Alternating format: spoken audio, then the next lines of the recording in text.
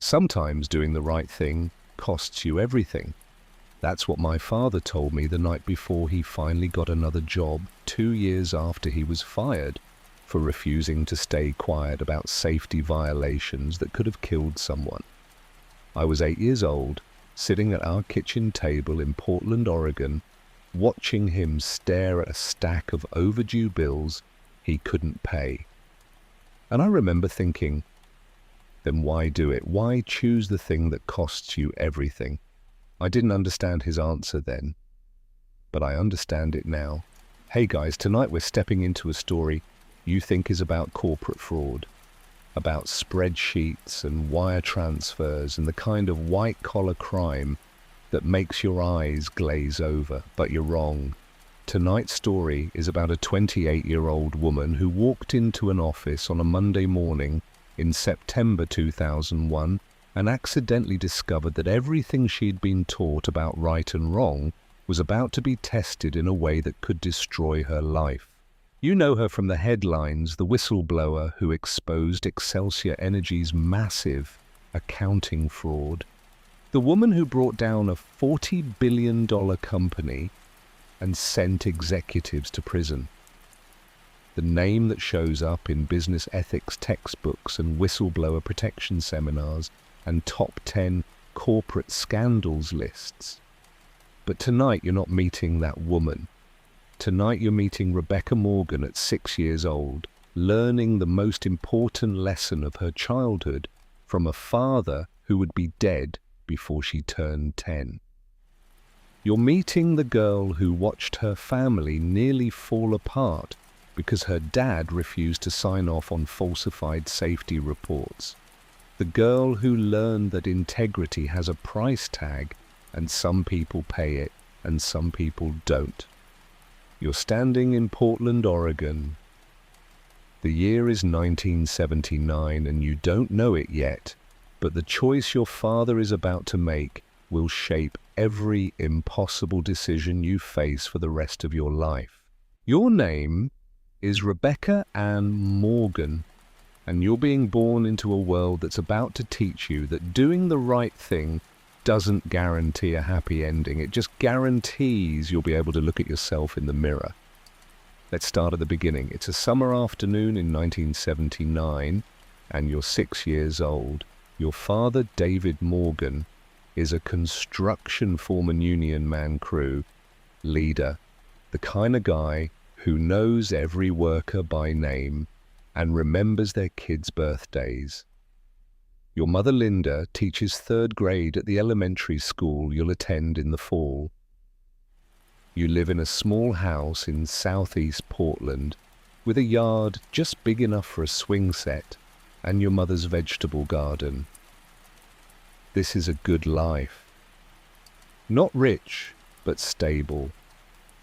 Your parents work hard, pay their bills on time, go to church on Sundays. Your father comes home every night smelling like sawdust and sweat, and he picks you up and spins you around until you're dizzy and laughing. You feel safe. Today your mother brings you to the construction site where your father is working. It's a new office building, downtown, 12 stories steel and concrete, the kind of project that takes months and employs dozens of men.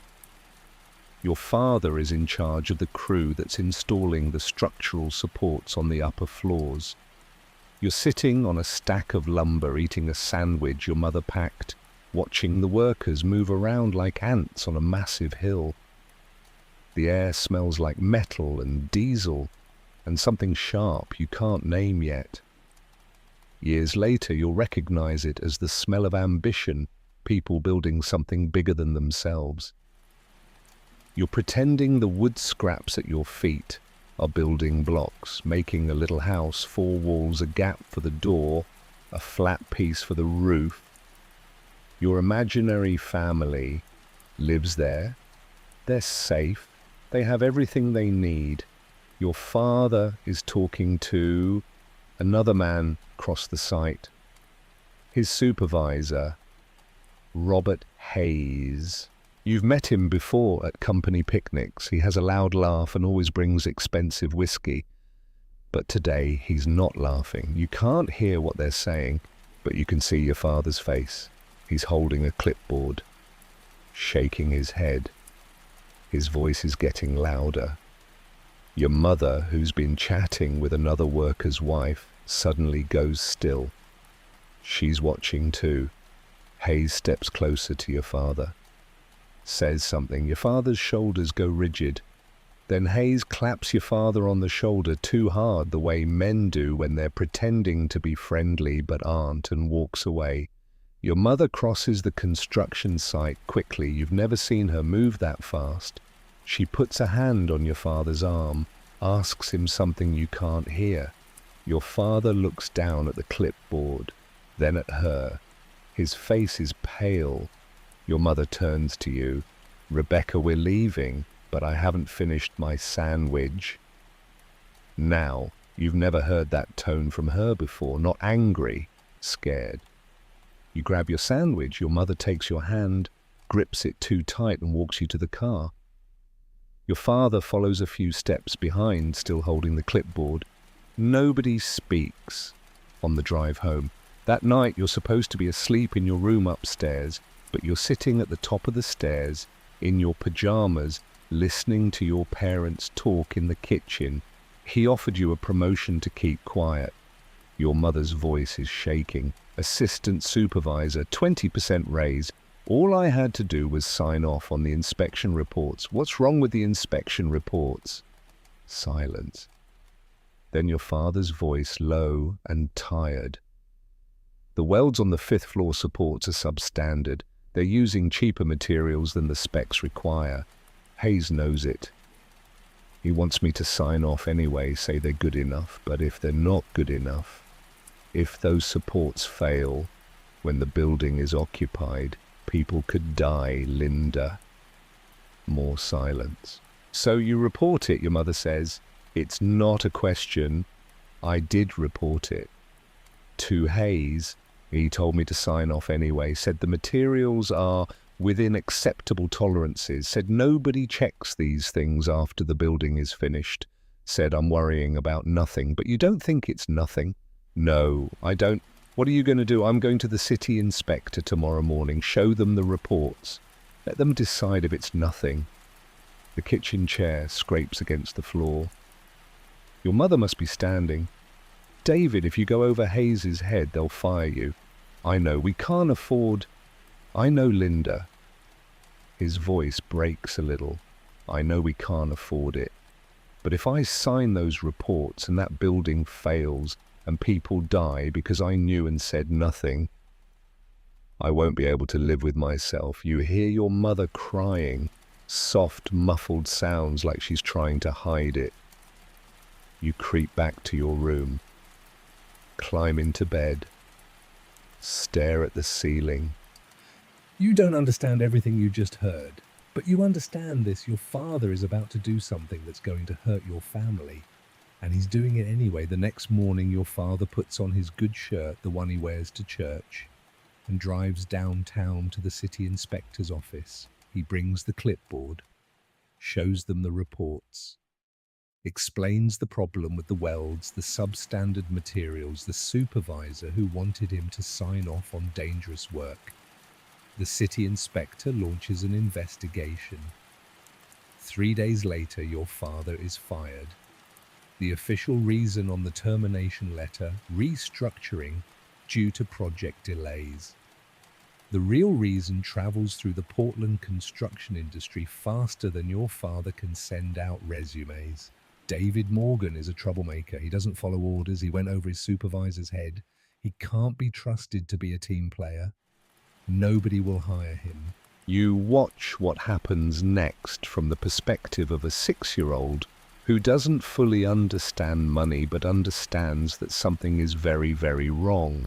Your mother stops buying the cereal you like, the one with the cartoon character on the box, starts buying the store brand with the plain packaging, then the generic brand that comes in a plastic bag. Then for a few weeks, there's no cereal at all, just oatmeal. Every morning, the same grey, lumpy oatmeal. Your father spends every day at the kitchen table circling job listings in the newspaper with a pen that's running out of ink. You watch the circles get lighter and lighter as the pen dies, and he keeps using it because buying a new pen costs money. The neighbors start bringing casseroles. Mrs. Patterson from next door comes by on a Tuesday evening with a tuna noodle bake and a smile that doesn't reach her eyes. The family from church, the Robinsons, drop off a pot of chili and a loaf of bread. They say things like, "We're thinking of you, and let us know if you need anything," in voices full of pity that makes you feel small and ashamed, even though you don't know why. Your mother takes a second job tutoring after school. She comes home at 8 o'clock now instead of 4:30. You learn to heat up the casseroles by yourself. Your father starts doing odd jobs, fixing fences for cash, painting houses, cleaning gutters, anything that pays. But it's not enough. The bills pile up on the kitchen counter, envelopes with red stamps that say final notice and past due. The phone gets disconnected. Your mother cries when she thinks you're not listening. The car breaks down in November. Timing belt, your father says. $700 to fix. You don't have $700. The car sits in the driveway for 3 months, gathering leaves until your father sells it to a junkyard for $85. You learn what it means to be the kid whose dad can't find work. You learn what it feels like when the other kids at school know your family is struggling. You learn to pretend you're not hungry during lunch when the other kids have sandwiches with real meat, and you have bread with margarine and a thin slice of American cheese. You learn that when adults ask, "How's your dad doing?" they don't actually want an answer. They want you to say, "Fine," so they can stop feeling uncomfortable. And you learn something else, something you won't be able to articulate until you're much older, but it sinks into your bones and stays there. Men who do the right thing still lose, and the women and children left behind still have to figure out how to survive anyway. The months crawl by. You turn 7 that December. There's no birthday party this year, just a cake your mother makes from a box mix, and 3 presents wrapped in newspaper comics because wrapping paper costs money you don't have. Your father keeps looking for work, keeps getting turned down, or worse, getting interviews where the hiring manager recognizes his name, and you can see in your father's face when he comes home that they asked him about Robert Hayes, about why he left his last job, about whether he's the kind of person who makes trouble. Your mother stops sleeping. You can hear her at night, moving around the kitchen, paying bills, doing math on scraps of paper, trying to figure out how to make $400 stretch to cover $800 in expenses. You start having a recurring dream. You're back at the construction site watching your father talk to Hayes. But in the dream, when Hayes offers the promotion, your father says yes. He signs the reports. You watch the pen move across the paper. And then the scene changes. You're inside the finished building, standing on the 5th floor, and you feel the floor start to shake. The supports are failing. People are screaming. And you wake up before it collapses. You never tell anyone about the dream. Spring comes, then summer. You're 7.5 now. The casseroles have stopped coming. The neighbors have moved on to other people's problems. And then in August 1981, 2 years after your father was fired, he gets a job. Different construction company, smaller. Pay is 30% less than what he made before. But it's work, steady work. The night before he starts, he comes to your room. You're 8 now, old enough to remember this conversation for the rest of your life. He sits on the edge of your bed. The springs creak under his weight. He looks older than he did 2 years ago. Grayer. Tireder. "Becca, I need to tell you something. You sit up, pull your knees to your chest. You're going to face choices in your life, hard choices. Choices where doing the right thing costs you something, maybe costs you a lot. You nod, not sure where this is going. And when you're in that moment, you're going to be tempted to do the easy thing, the safe thing, the thing that protects you and the people you love. He reaches out, takes your small hand in his calloused one. But I need you to promise me something. When you're in that moment, I need you to ask yourself one question. Can I live with myself if I choose the easy thing? Can I look at myself in the mirror knowing I saw something wrong and looked away? Can I sleep at night? You think about the dream, about the building collapsing. What if doing the right thing hurts people, you ask? What if it hurts Mum? Your father's eyes get shiny. Sometimes there's no choice that doesn't hurt someone, sweetheart. Sometimes you just have to decide what kind of person you want to be when the hurt is over. What kind of person are you? He smiles. Sad, but real.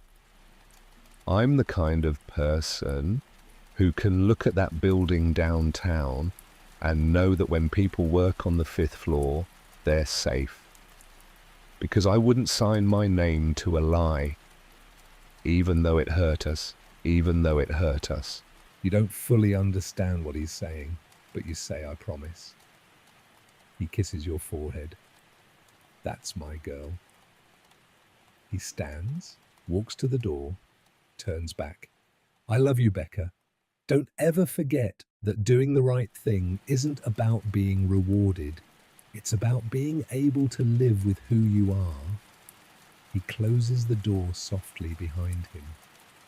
18 months later, he's dead.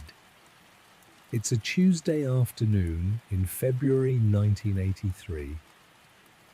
You're at school sitting in 4th grade math class, learning long division.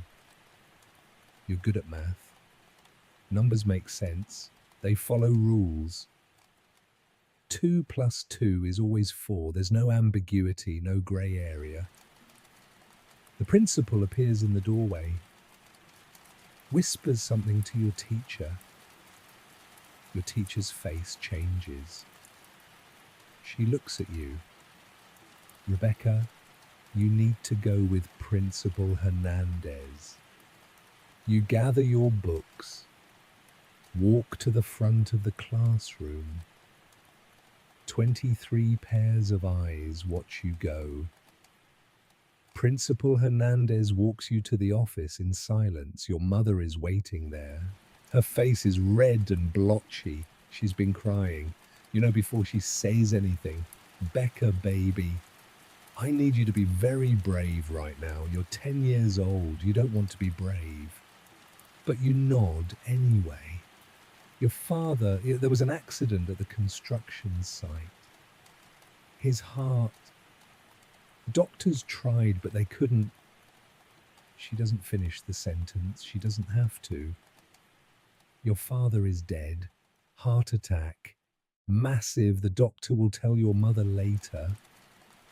He was carrying steel beams up a ladder. Felt pain in his chest. Collapsed. By the time the ambulance arrived, he was gone. 42 years old. The funeral is on a Saturday. Grey sky, cold rain, mud everywhere. You stand at the graveside in your church. Dress the same one you wore for your father's job interviews, the only nice thing you own, and watch them lower the casket into the ground. People say things. He's in a better place. God needed another angel. He was a good man. But all you can think is, he did the right thing and it killed him. Not directly, not obviously, but, you know, even at 10 years old, you know that the 2 years of unemployment, the stress, the financial pressure, the weight of being the man who lost everything because he wouldn't sign a form, All of it damaged him in ways that don't show up on death certificates. Your mother holds your hand. She's not crying anymore. Cried herself out yesterday, the day before the weeks and months to come. Right now, she's just standing there staring at the casket. And you wonder if she's thinking the same thing you are. Was it worth it? You don't have an answer. You won't have an answer for 28 more years. Your father's death breaks something in your family that never quite heals. Your mother goes back to work full time 3 days after the funeral because grief is a luxury you can't afford when there are bills to pay and a 10-year-old to feed. She teaches 3rd grade during the day, tutors in the evenings, and on weekends, she takes in sewing from the dry cleaner down the street, hems and patches, and repairs for $2 an item. You watch her become someone you barely recognize. Older, quieter. A woman who's learned that the world doesn't care about your pain, so you'd better learn to carry it silently. You learn to carry yours silently too. You're 10, then 11, then 12. You learn to cook dinner, spaghetti, grilled cheese, scrambled eggs, the simple things that don't require recipes. You learn to do laundry without being asked. You learn that when your mother comes home at 8 p.m. with her shoulders sagging and her eyes red from exhaustion, you don't ask her how her day was. You just heat up the leftovers, set the table, and pretend everything is normal. You also learn something else, something that becomes the driving force of your entire adolescence. You will never be this helpless again. You become obsessed with financial security. Not wealth, you're not dreaming of mansions or fancy cars or the things the rich kids at school have. You're dreaming of a life where the phone doesn't get disconnected, where you don't have to choose between groceries and the electric bill, where you can go to sleep at night without wondering if you'll still have a roof over your head in 6 months. School becomes your way out. You're a good student, not naturally brilliant like some of the kids who seem to understand everything the first time, but relentlessly hard-working. You do every assignment. You study when other kids are watching TV. You read ahead in the textbook. You ask for extra credit. In 7th grade, you join the math club. Not because you love math, though you're good at it, but because it looks good on college applications and it's free. In 8th grade, you join the academic decathlon team. Same reason, you don't go to school dances. You don't hang out at the mall with the other girls. You don't have time and you don't have money. And honestly, you don't have the energy to pretend you're a normal teenager when you're working 2 jobs, babysitting on Friday nights, stocking shelves at the grocery store, on Saturday mornings to save money for college. By the time you're 15, you've saved $1,200. It's not nearly enough for college, but it's something. It's proof that you're not going to end up like your mother, a widow, at 38 working 3 jobs, trapped in a life she never chose. Your guidance counselor, Mrs. Kim, calls you into her office during your junior year. Rebecca, let's talk about your future. She pulls out a folder with your grades, your test scores, your activities. You're a strong student. Good GPA, solid SAT scores. I think you should consider community college, Portland. Community college has an excellent, I'm applying to Portland State. Mrs. Kim smiles the way adults smile when they think you're being naive. Portland State is a great school, but it's expensive. Have you thought about how you'll pay for it? Scholarships. Scholarships are competitive, Rebecca. And with your family situation, I'll get a scholarship. It's not confidence, it's desperation. Mrs. Kim doesn't argue, just says, make sure you have backup options. You don't have backup options. It's Portland State University with a full scholarship, or it's nothing. because you can't afford community college either. You can't afford anything. Your only option is to be so good, so undeniable that someone pays for you to go. So that's what you do. You graduate high school third in your class. You score in the 95th percentile on the SATs. You have 4 years of academic decathlon medals, 3 years of math club leadership, 2 years of National Honor Society. You apply to Portland State University and you request every scholarship they offer. In April of your senior year, you get the letter. Full scholarship, 4 years, tuition, room board, everything. You read the letter 3 times to make sure it's real. Then you walk to your mother's school and wait outside her classroom until the final bell rings. When she comes out, you hand her the letter. She reads it. Her hands start shaking. Oh, Becca, shh. She pulls you into a hug right there in the hallway in front of the third graders, streaming past, and she starts crying. Your father would be so proud of you. You don't cry. You haven't cried since the funeral, but you hold your mother and you think, I did it, I'm getting out. What you don't think, what you won't realize until much later, is that you're not getting out. You're running towards something. Toward a career where right and wrong are clear, where the rules are the rules, where you won't have to face the impossible choices your father faced. You're going to major in accounting because numbers don't lie. Numbers don't ask you to compromise. Numbers don't require you to choose between your integrity and your family's survival. You're 17 years old and you've already decided you're never going to have to make your father's choice. You're going to be smarter than that. Portland State University, fall 1991. You're 18 years old, living in a dorm for the first time in your life, surrounded by kids who seem to have no idea how lucky they are. Your roommate is a girl named Jennifer from Lake Oswego. Her parents bought her a car for her birthday, a Honda Accord barely 2 years old. She complains about having to share a bathroom with 30 other girls. She orders pizza 3 times a week and throws away the leftovers because she's sick of pizza. You don't hate her, but you watch her waste food and you think about the months after your father died when you didn't waste a single crumb because you never knew when there'd be more. You don't tell her this. You just wrap the leftover pizza in napkins when she's not looking and eat it for breakfast the next day. You spend your freshman year working 2 part-time jobs, even though your scholarship covers everything. 15 hours a week at the university library shelving books and helping students find research materials. 10 hours on weekends waiting tables at a diner off campus. Your mother doesn't need the money as desperately now. She's still teaching, still sewing, but she's not drowning anymore. But you send her $200 a month anyway. It's not much, but it's something. It's proof that you're not a burden anymore. You don't go to parties. You don't join a sorority. You don't have a social life to speak of.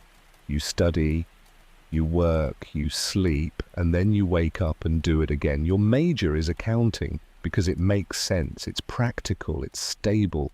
It's a career where the answers are either right or wrong, no gray area, no moral ambiguity. Just numbers that either balance or they don't. Your professors teach you about generally accepted accounting principles, about internal controls and audit procedures and the importance of independence and objectivity. They teach you that accountants are the gatekeepers of financial truth, that investors rely on audited financial statements to make decisions, that your job when you become a CPA is to make sure companies tell the truth. You believe them, you believe every word, you believe that if you work hard, follow the rules, and do quality work, the profession will protect you. You believe that accounting firms are strongholds of integrity, that partners take ethics seriously, that whistleblower protections exist for a reason and actually work. You're 22 years old. You don't know any better yet. Your accounting professors talk about famous fraud cases. Enron hasn't happened yet, that's still a decade away, but they talk about the savings and loan crisis, about Michael Milken and Ivan Boesky, and the junk bond scandals of the 1980s. They talk about these cases like they're aberrations, bad apples, isolated incidents in an otherwise functional system. This is why auditors are so important, Professor Walsh says in your auditing theory class. You're the last line of defense between investors and fraud. You're the ones who make sure the numbers are real. You take notes diligently. You highlight the important parts. You memorize the audit procedures and the professional standards and the code of professional conduct.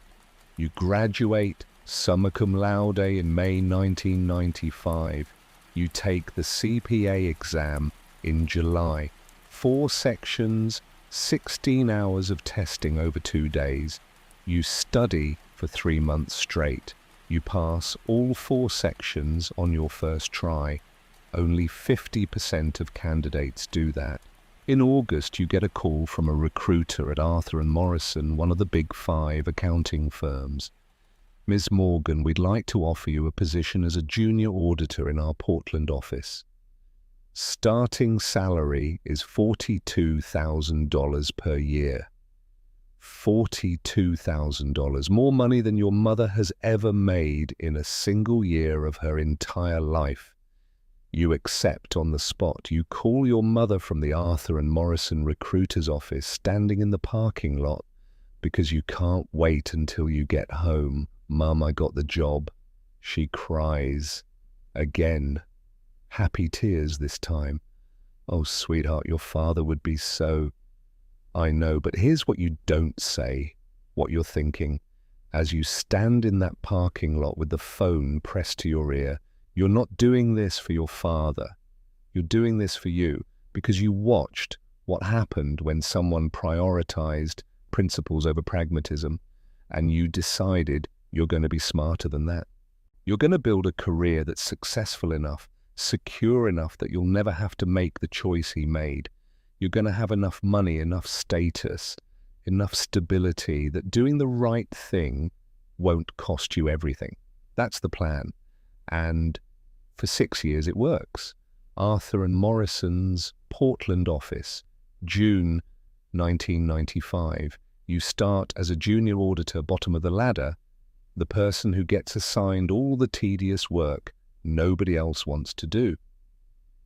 You test internal controls at a regional bank. You count inventory at a warehouse in the industrial district. You reconcile accounts receivable for a manufacturing company that makes industrial fasteners. It's boring work. Repetitive. The kind of work that makes your eyes glaze over after 8 hours. You don't care. You're good at boring. You're good at tedious. You arrive at the office at 7:30 every morning. You stay until 7 at night. You work Saturdays when the deadlines are tight. You don't complain. You don't cut corners. You document everything in neat, precise work papers that your supervisors can review without asking questions. Your first performance review, 6 months in Rebecca, is detail-oriented, thorough and reliable. She has excellent technical skills and a strong work ethic. Recommend for promotion to senior auditor ahead of the normal timeline. You're promoted after 18 months instead of the usual 2 years. Senior auditor now. You lead small teams of junior staff. You review their work, you train them on audit procedures. You start to understand that being a good auditor isn't just about being technically competent, it's about being someone people trust. By 1998, you're an audit manager, you're 25 years old, leading teams of 6 or 7 auditors on larger engagements. You're the person who plans the audit strategy, identifies risks, makes decisions about what to test, and how deep to dig. You're making $68,000 a year. You bought your mother a house, a small one, 2 bedrooms, but it's hers, paid in full, no mortgage. You drive a Honda Civic that's reliable if not exciting. You have a retirement account. You have savings. You've built exactly the kind of financial security you dreamed about when you were 12 years old, and eating margarine sandwiches for lunch. Your college friends, the ones you studied with, the ones who got jobs at other firms or in corporate accounting departments, they're all impressed. You're on the partner track, the golden path. If you keep doing what you're doing, you'll be a partner by 35. Maybe earlier. You work 80-hour weeks. You travel constantly. Seattle 1 week, Sacramento the next 3 weeks in Boise, auditing a regional grocery chain. You miss holidays. You haven't been on a date in 3 years. Your college roommate Jennifer got married last year. You couldn't make the wedding because you were on a deadline. But you're successful. You're secure. You've made it. And then in 1998 you meet James Patterson, and everything you think you know about the profession is about to be tested. James Patterson is a senior partner at Arthur & Morrison Portland office, 53 years old, silver hair that's just starting to thin at the crown, wire-rimmed glasses, the kind of calm, measured authority that comes from 30 years of navigating corporate politics without losing your soul. Or so you think. Your first engagement with him is a technology company in Beaverton, mid-sized, about 400 employees, developing software for healthcare systems. Annual revenue around $80 million, not huge, but respectable. You're the audit manager. James is the engagement partner. He reviews your work, signs off on the audit report, takes ultimate responsibility for the opinion. Most partners you've worked with treat audit managers like middle management. They want to know, are the work papers done? Did you hit the budget? Are there any issues that could come back to bite us? James is different. The first time you meet to discuss the audit plan, he doesn't start by asking about the budget. He asks Rebecca, what's your gut feeling about this company? You're surprised. Partners don't usually care about gut feelings. They care about documentation and audit procedures and whether the work papers will hold up if regulators come asking questions. The financials look clean, you say, carefully. Revenue recognition is straightforward. Internal controls seem adequate. I haven't identified any red flags. But what do you think? Not what the work papers say. What does your instinct tell you? You think about it. The CFO seems nervous. Every time I ask him about the revenue recognition policy, he changes the subject.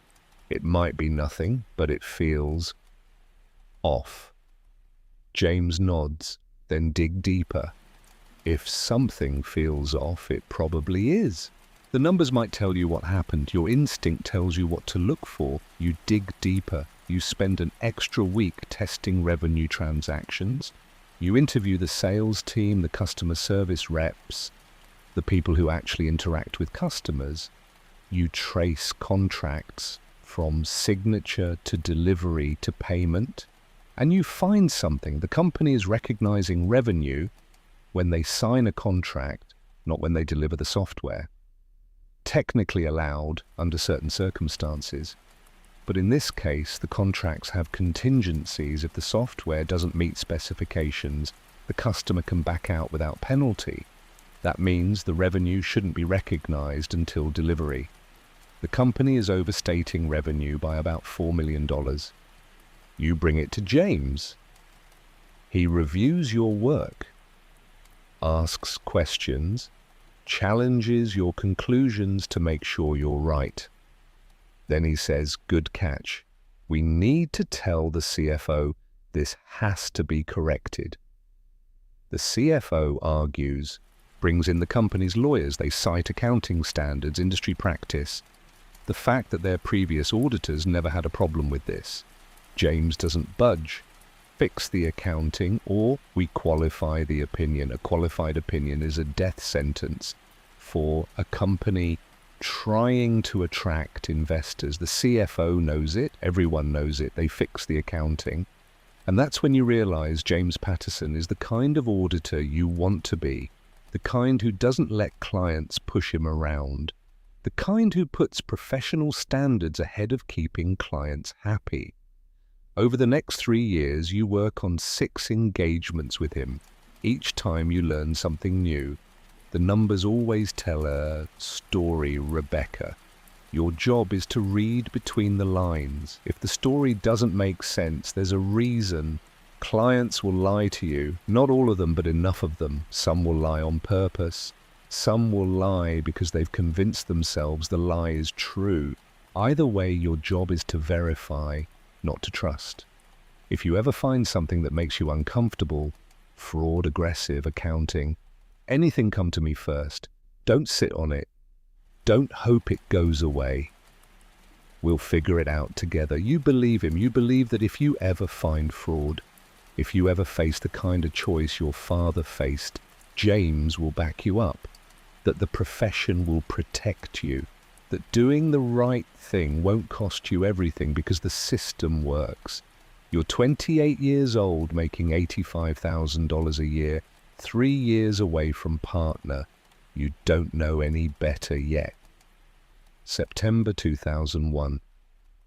The world is different now. 3 weeks ago, you watched the towers fall on live television from the break room at Arthur and Morrison's office. You were getting coffee when someone said, "Oh my God, turn on the TV." You watched the second plane hit. You watched people jump. You watched the first tower collapse, then the second. The firm closed for 2 days after September 11th. When you came back, everyone moved through the office like ghosts, quieter, slower, like they were afraid that speaking too loudly might shatter something. But business goes on. Audits don't stop because the world broke. Clients still need financial statements. Investors still need assurance. Deadlines still exist, and you've just been assigned to the biggest engagement of your career. Excelsior Energy Corporation, you've heard of them. Everyone has. They're the darling of Wall Street, fastest growing energy trading company in America. Headquartered in Houston, Texas. Founded in 1995 by Victor Kane, a former physicist who left academia to revolutionize the energy industry. The business model is elegant. They trade natural gas, electricity, oil futures, weather derivatives. They're market makers, connecting buyers and sellers, profiting off the spread. High volume, thin margins, but incredibly profitable when done right. And according to the financial press, Excelsior is doing everything right. Stock price $90 per share and climbing.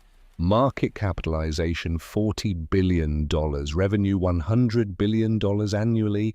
$100 billion. Victor Kane is on the cover of Fortune magazine with the headline, "The Smartest Man in Energy." Forbes calls him a visionary. Business schools teach case studies about Excelsior's innovative trading strategies. Arthur and Morrison has been Excelsior's auditor for 3 years. It's a prestigious client, the kind that makes careers. If you do well on this engagement, partnership is guaranteed. James Patterson is the engagement partner. You're the audit manager. You'll be leading a team of 6 auditors, spending 3 months in Houston reviewing Excelsior's financial statements, testing their controls, making sure the numbers are real. Your first day is scheduled for September 10th. But then the world broke and the audit was postponed 2 weeks. You finally fly to Houston on September 24th. The airport is different now, longer security lines, National Guard soldiers with rifles, everyone looking at everyone else with suspicion. You check into a hotel near Excelsior's headquarters. The Marriott on Louisiana Street. 14th floor facing downtown. You can see the Excelsior Tower from your window, 50 stories of glass and steel, the logo lit up in blue neon at the top. You set your alarm for 6 a.m., lay out your clothes for tomorrow: dark suit, white blouse, sensible shoes, the uniform of a professional who's going places. You go to sleep thinking, this is it. This is the engagement that proves you belong at the top. This is where you become someone who matters. What you don't know yet, what you can't possibly know as you drift off to sleep in that hotel room on the 14th floor, is that in 2 weeks you're going to find something that destroys that belief. In 2 weeks, you're going to face the choice your father faced. And this time, there's no guarantee you'll make the same decision he did. The Excelsior Energy headquarters is everything you expected and more. 50-story glass tower in downtown Houston, right in the heart of the business district. You walk through the revolving doors on Monday morning, and you're immediately surrounded by marble and money. The lobby is 3 stories tall, all white marble and chrome. There's a sculpture in the center, some kind of abstract metal thing that probably cost more than your mother's house. And along the walls there are screens showing real-time energy prices, natural gas futures, crude oil, electricity spot prices, numbers flickering and changing every second. The security desk has 3 guards, all in crisp uniforms. You show your ID sign and get a temporary badge that says Visitor Arthur and Morrison in red letters. The guard points you toward the elevator banks. 32nd floor, someone will meet you. You ride up with a group of Excelsior employees.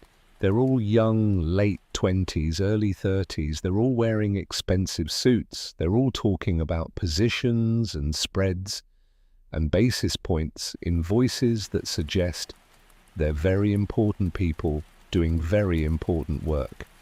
Nobody talks to you. You're an auditor. You're here to ask uncomfortable questions and make extra work for everyone. You might as well be wearing a sign that says, "I'm here to ruin your day." The doors open on the 32nd floor into a reception area with floor-to-ceiling windows overlooking the city. The Excelsior logo is etched into the glass behind the reception desk, a rising sun over an oil derrick. Bold, confident, aspirational, a woman in a designer suit is waiting for you. Mid-30s, perfectly styled hair, smile that doesn't quite reach her eyes. You must be Rebecca Morgan from Arthur and Morrison. Welcome. I'm Claire Davison, Vice President of Finance. Let me show you to your workspace. She leads you down a hallway lined with Bloomberg terminals and glass-walled conference rooms. You pass traders shouting into phones, analysts staring at screens full of numbers, assistants rushing past with stacks of documents. The energy here is electric. Literally, everything hums. Computers' voices, the air conditioning working overtime to cool the heat from 1,000 machines. Your workspace is a conference room on the 28th floor. Long tables, 6 computers already set up, a wall of windows showing the Houston skyline, a coffee machine in the corner that makes better espresso than anything you've ever tasted. Claire hands you a stack of 3-ring binders, each about 4 inches thick. Here are the financial statements supporting schedules and documentation for the revenue accounts. The trial balance is in the first binder. Revenue detail is in the second and third. If you need anything else, just let me know. I'm on the 32nd floor, extension 4422. She smiles again. Professional, efficient, but there's something in her eyes, a guardedness, a calculation that makes you wonder what she's not saying. Thank you, you say. She leaves. You open the first binder. The numbers are staggering. Revenue for the fiscal year ending December 31st, $2,101.3 billion. Net income, $1.8 billion. Total assets, $65 billion. This is a massive company, the kind of company where a $10 million error would be a rounding mistake. You spend the first day getting oriented, reading the financial statements, understanding the business model as it's explained in the footnotes. Excelsior Energy Corporation is primarily engaged in the marketing and trading of natural gas, electricity, and other energy-related commodities. The company acts as a market maker, providing liquidity to energy markets through the purchase and sale of physical commodities and financial instruments. Revenue is recognized using the mark-to-market method of accounting, whereby forward contracts and derivative instruments are recorded at fair value, with changes in fair value recognized in earnings in the period of change. Translation: they buy and sell energy. They make money on the spread between the buy price and the sell price. They use complex financial instruments to hedge risks and speculate on price movements. It's sophisticated, it's complex, but it's legitimate, or at least it's supposed to be. Your team arrives throughout the day. 6 auditors, all younger than you, all looking nervous and excited to be working on such a prestigious engagement. Matt Anderson, 23, just finished his first year at the firm. Eager earnest, asks a million questions. Sarah Patel, 25, sharp as a knife, comes from a family of accountants, has something to prove. 4 others. Good kids, smart, hard-working. You assign tasks. Standard audit procedures. Matt, you're testing revenue transactions. Select a sample of 20 large trades, trace them to supporting documentation, contracts, invoices, proof of delivery.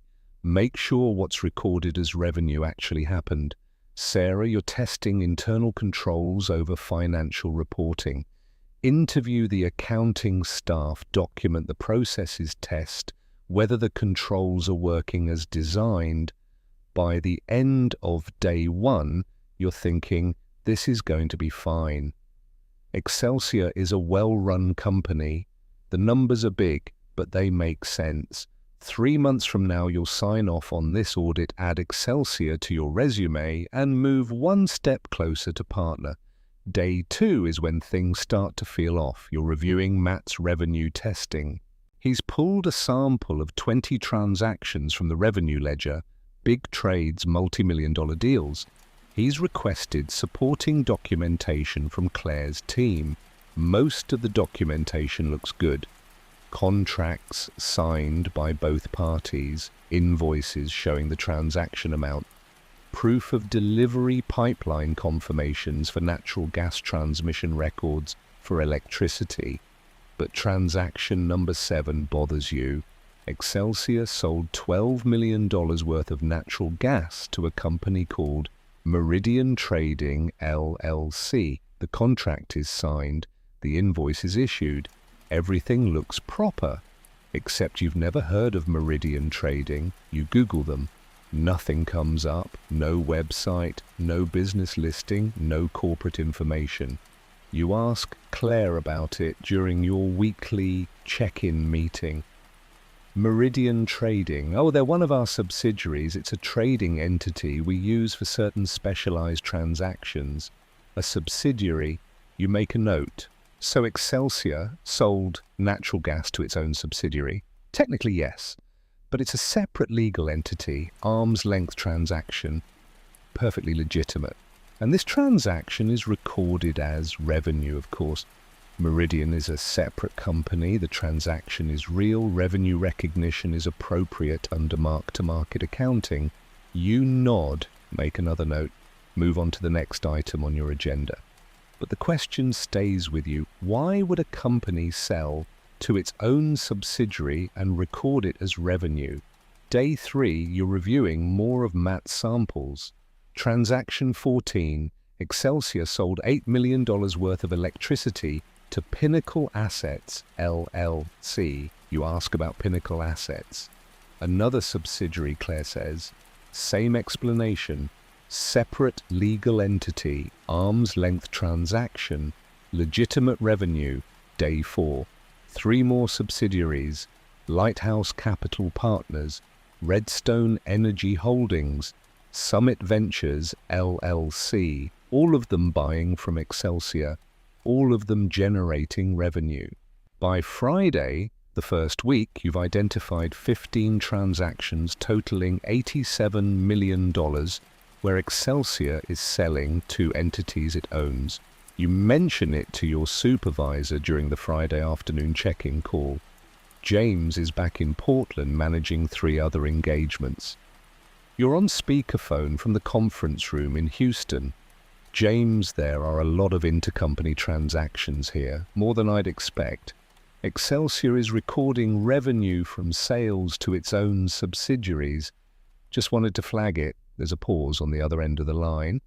Then James says, how material is it, 87 million so far? In a company with 100 billion in revenue, it's less than 0.1%. Is the accounting treatment wrong? I don't know yet. Claire says they're separate legal entities, arm's length transactions, but it feels unusual. Energy trading is complex, Rebecca. Lots of affiliated entities, lots of intercompany transactions. It might just be how the industry works. Don't get lost in the weeds. Focus on the big ticket items, derivatives valuation, hedging effectiveness, credit risk. That's where the real audit risk is, okay, you say. But that night, back in your hotel room, you can't stop thinking about it. $87 million in revenue from selling to yourself. That's not complex. That's suspicious. You spend the weekend in your hotel room running numbers. You order room service Saturday night, Caesar salad, and a Diet Coke, and spread your laptop and printed spreadsheets across the bed. You pull every intercompany transaction you can find in the revenue detail. Not just the ones in Matt's sample, all of them. You build a spreadsheet.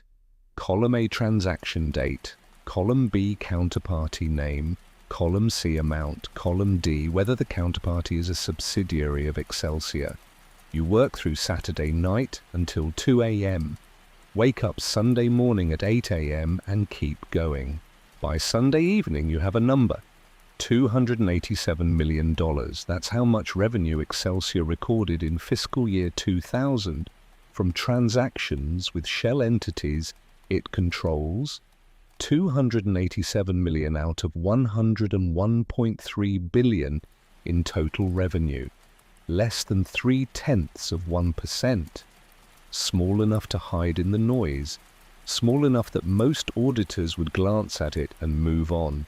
But you're not most auditors. You open a new tab, Google each subsidiary, Meridian Trading, LLC, no physical address, no employees, no operations.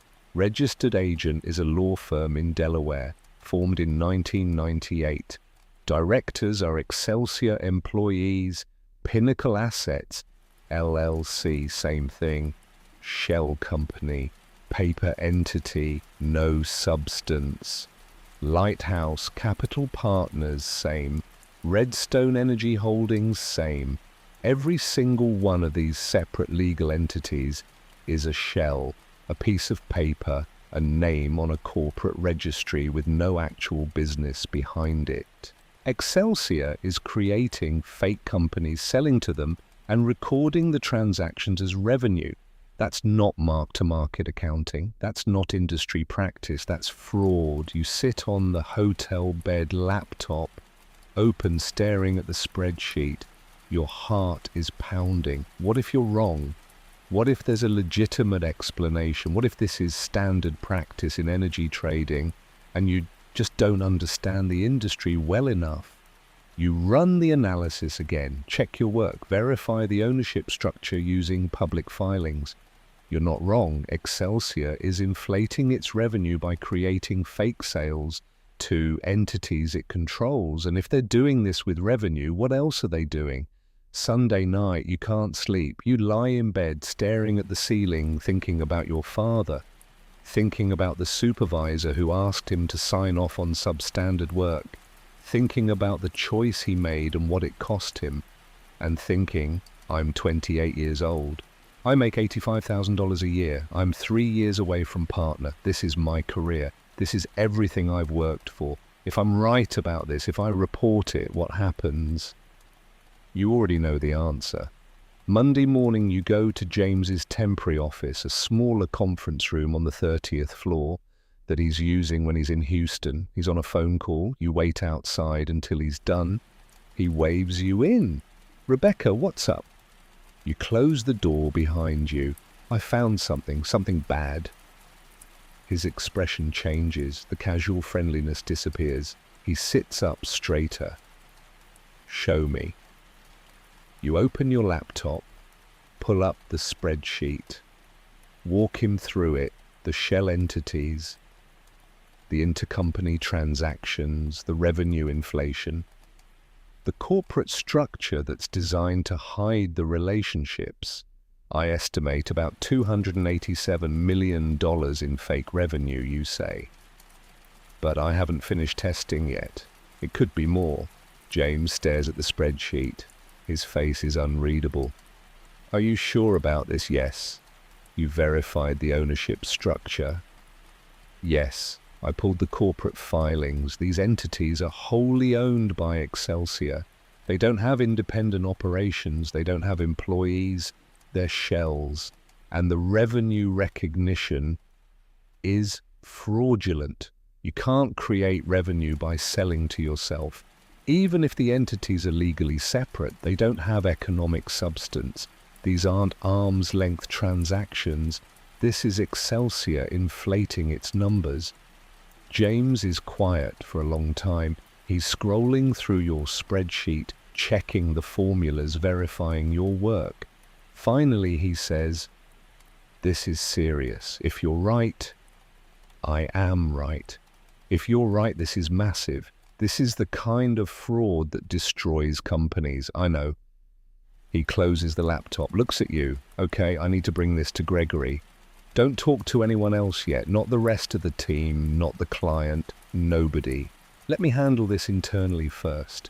We need to make sure we're right before we escalate."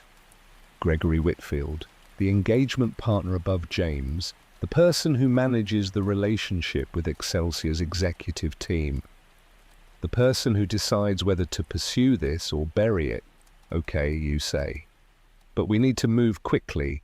If this is happening, it's happening right now. Every day we wait, they're recording more fake revenue.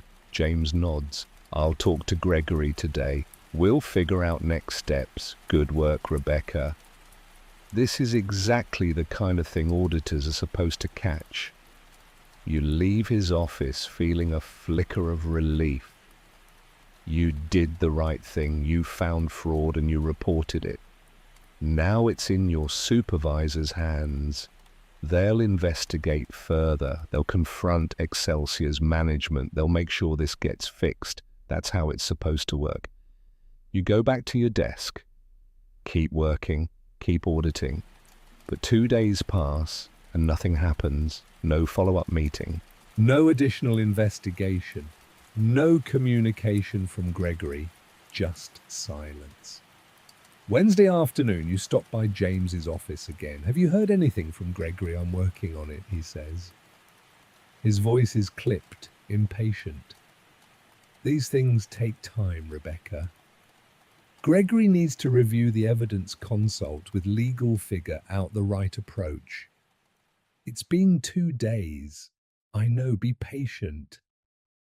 But you can hear something in his voice, something that makes you uneasy.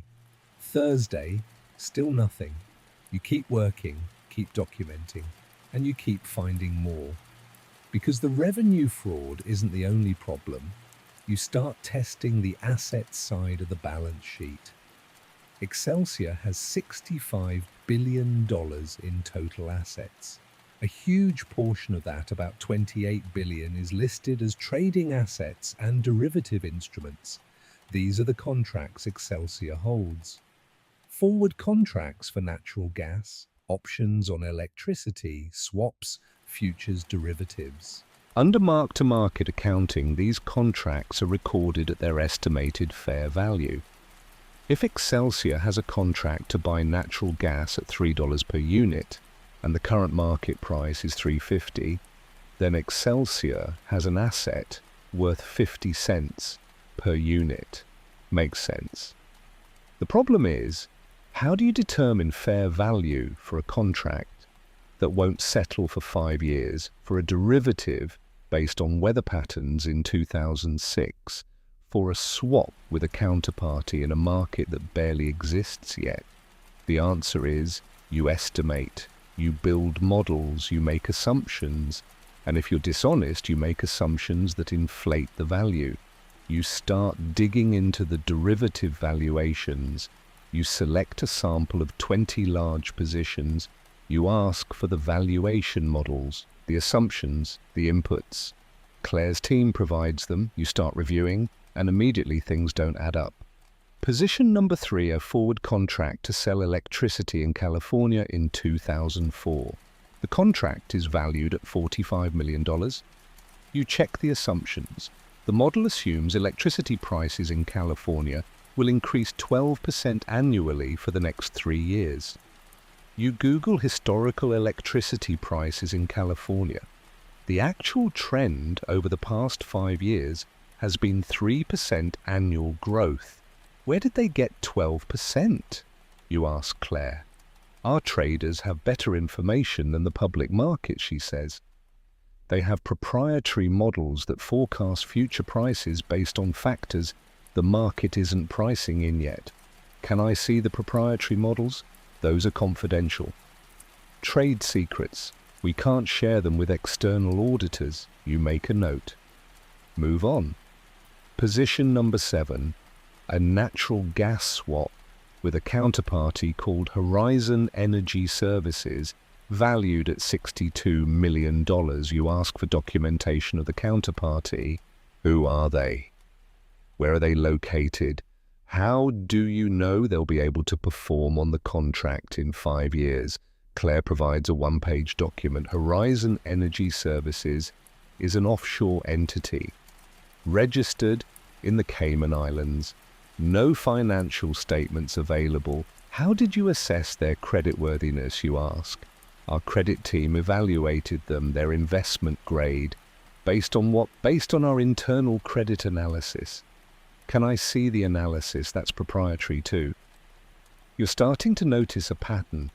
Every time you ask for supporting evidence, you get stonewalled. Proprietary, confidential, trade secrets. You keep digging. By the end of week 2, you found something worse than fake revenue.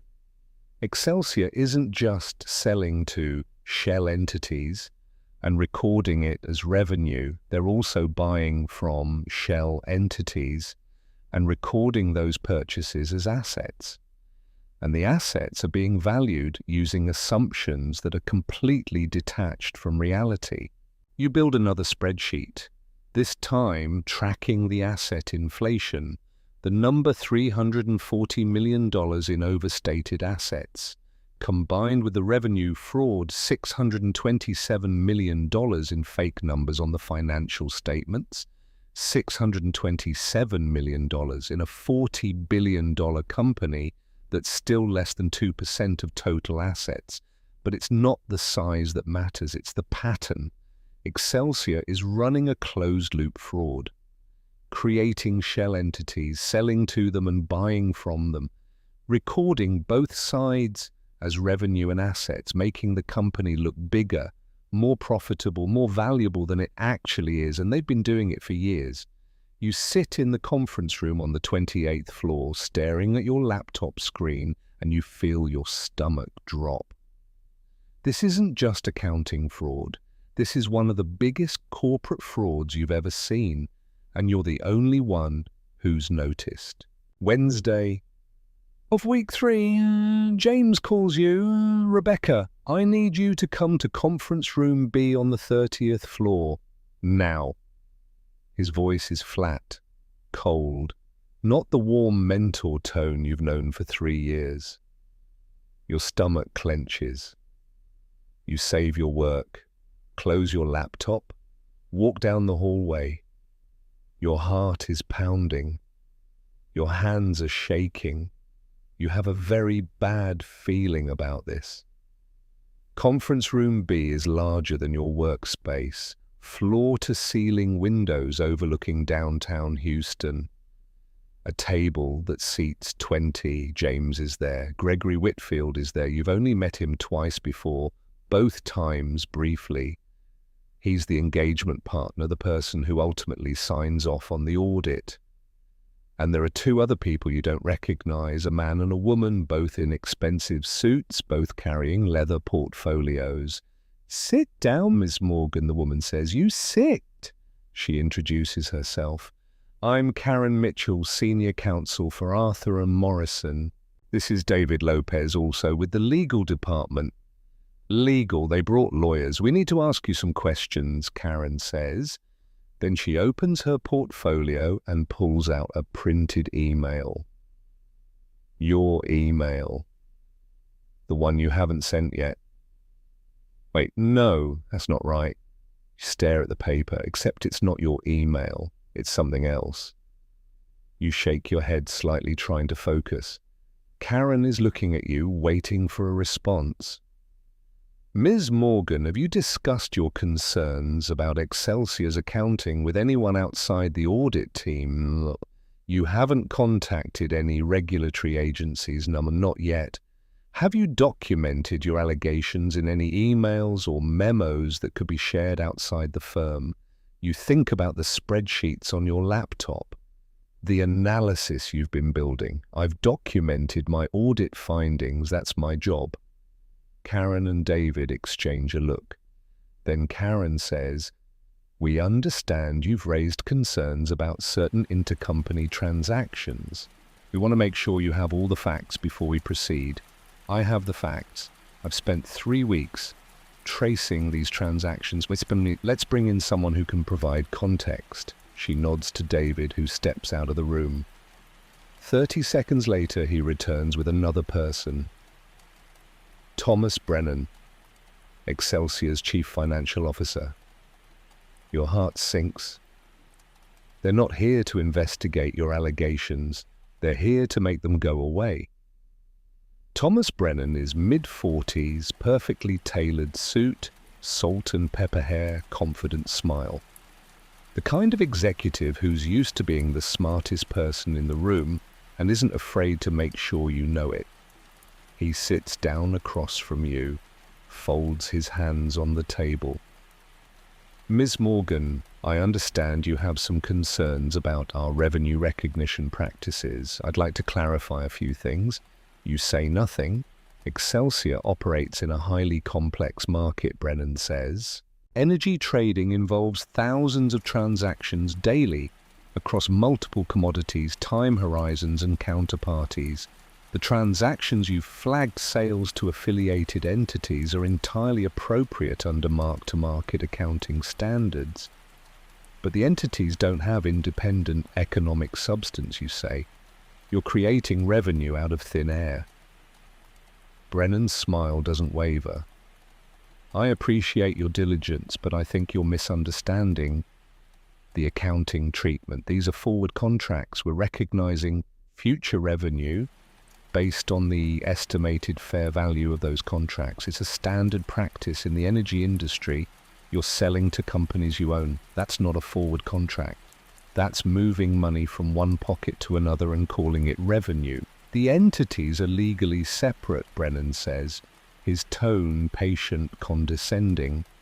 "They have separate boards of directors, separate bank accounts, separate operations.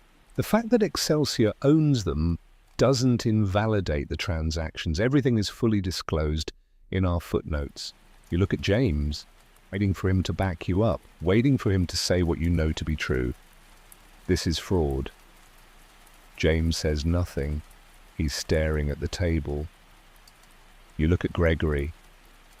Gregory says, "Rebecca, I think we need to be careful about making accusations we can't support." Mr. Brennan has explained the accounting treatment. These are complex transactions, but they're not necessarily improper unless you have evidence of criminal intent. I have evidence of $627 million in fake numbers, you say.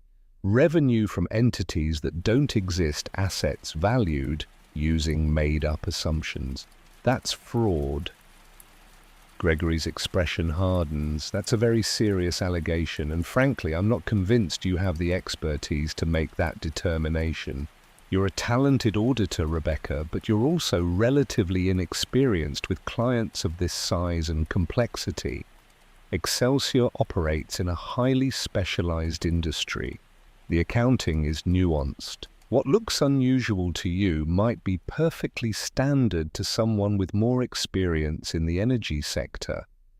Brennan adds, for what it's worth, Ms. Morgan, Arthur and Morrison has been our auditor for 3 years. You're not the first person to review these transactions. Your colleagues have examined them before and found them appropriate. And that's when you understand. They already knew. Arthur and Morrison has been auditing Excelsior for 3 years. They've seen these shell entities before. They've reviewed these revenue transactions before. They've signed off on the financial statements before. Either they didn't catch the fraud, which would be catastrophic negligence, or they caught it and decided to ignore it. And now you, the junior manager who's only been on the engagement for 3 weeks, are threatening to expose what they've been covering up. The meeting continues for another 20 minutes. Gregory tells you to focus on other areas of the audit. Brennan offers to provide additional documentation to help you understand the transactions. Karen reminds you of your professional obligations and the importance of confidentiality. Everyone is very polite, very professional, but the message is clear. Shut up and move on. The meeting ends. Brennan shakes your hand. I hope this clears things up, Ms. Morgan. We value our relationship with Arthur and Morrison, and we appreciate auditors who are thorough. But we also appreciate auditors who understand our business. He leaves. Karen and David leave. You're alone with James and Gregory. James won't look at you. Gregory says, Rebecca, I need you to understand something. Excelsior is our second largest client. They generate $52 million in annual fees for this firm. If we make unfounded allegations of fraud, we lose that client. We lose other clients who wonder if we're too aggressive. Careers end. People lose their jobs. Do you understand what I'm saying? You understand perfectly. Are you telling me to ignore fraud? I'm telling you to be very, very sure before you accuse a $40 billion company of cooking the books. I'm telling you to consider the possibility that you might be wrong, that you might not fully understand the industry, that there might be a legitimate explanation you haven't considered. There isn't. Then prove it. Bring me ironclad evidence, emails from executives admitting they're inflating revenue, testimony from employees who will go on record saying this is fraud, something more than your interpretation of complex accounting transactions. I have $627 million in fake numbers. You have a difference of professional opinion about revenue recognition. That is not the same thing as fraud. He stands. Focus on other areas of the audit, Rebecca. That's an instruction, not a suggestion. He walks out. You're alone with James. You turn to him. You're really not going to back me up. James finally looks at you. He looks tired, old, defeated. It's not that simple, Rebecca. Yes, it is. Either those transactions are fraudulent or they're not. And they are, even if you're right. I am right. Even if you're right, do you know what happens if we call this fraud? We lose Excelsior. We probably lose other energy clients. The SEC investigates us for failing to catch it earlier. Partners lose their jobs. I lose my job. So we just let it continue. We document our concerns. We have conversations with management. We push them to improve their disclosures. But we don't blow up a $40 billion company based on 3 weeks of fieldwork by a manager who's never audited an energy company before. I've been doing this for 6 years, James. I know fraud when I see it. Maybe. Or maybe you're seeing shadows. You stand up. I can't believe you're saying this. Rebecca, you told me if I ever found something wrong, I should come to you. You told me we'd figure it out together. You told me the profession protects people who do the right thing. I know what I said. Then why aren't you protecting me? He doesn't have an answer. You walk out of the conference room. Your hands are shaking. Your heart is racing. You go back to your workspace on the 28th floor. Your team is there working on their assigned tasks, oblivious to what just happened. You sit down at your computer and you start to understand you're alone. That night you sit in your hotel room staring at your laptop. You can't stop thinking about the meeting. About Gregory's words, about James's silence, about the fact that your own firm, the firm you've worked at for 6 years, the firm you trusted, is more interested in protecting a client than protecting the truth. You open a browser, Google, Arthur and Morrison fees, Excelsior Energy. The information is public. Required disclosure in Excelsior's proxy statement. You find it on page 127, audit fees paid to Arthur and Morrison, $7 million annually. Tax and consulting fees paid to Arthur and Morrison, $45 million annually. Total $52 million per year. You stare at the number, $52 million. That's why Gregory told you to back off. That's why James won't support you. That's why Karen and David were in that room making sure you understood your professional obligations. If Arthur and Morrison accuses Excelsior of fraud, they lose $52 million in annual revenue. If they stay quiet, everyone gets paid. You do more math. James Patterson probably makes $350,000 a year as a senior partner. A significant portion of that comes from his share of firm profits.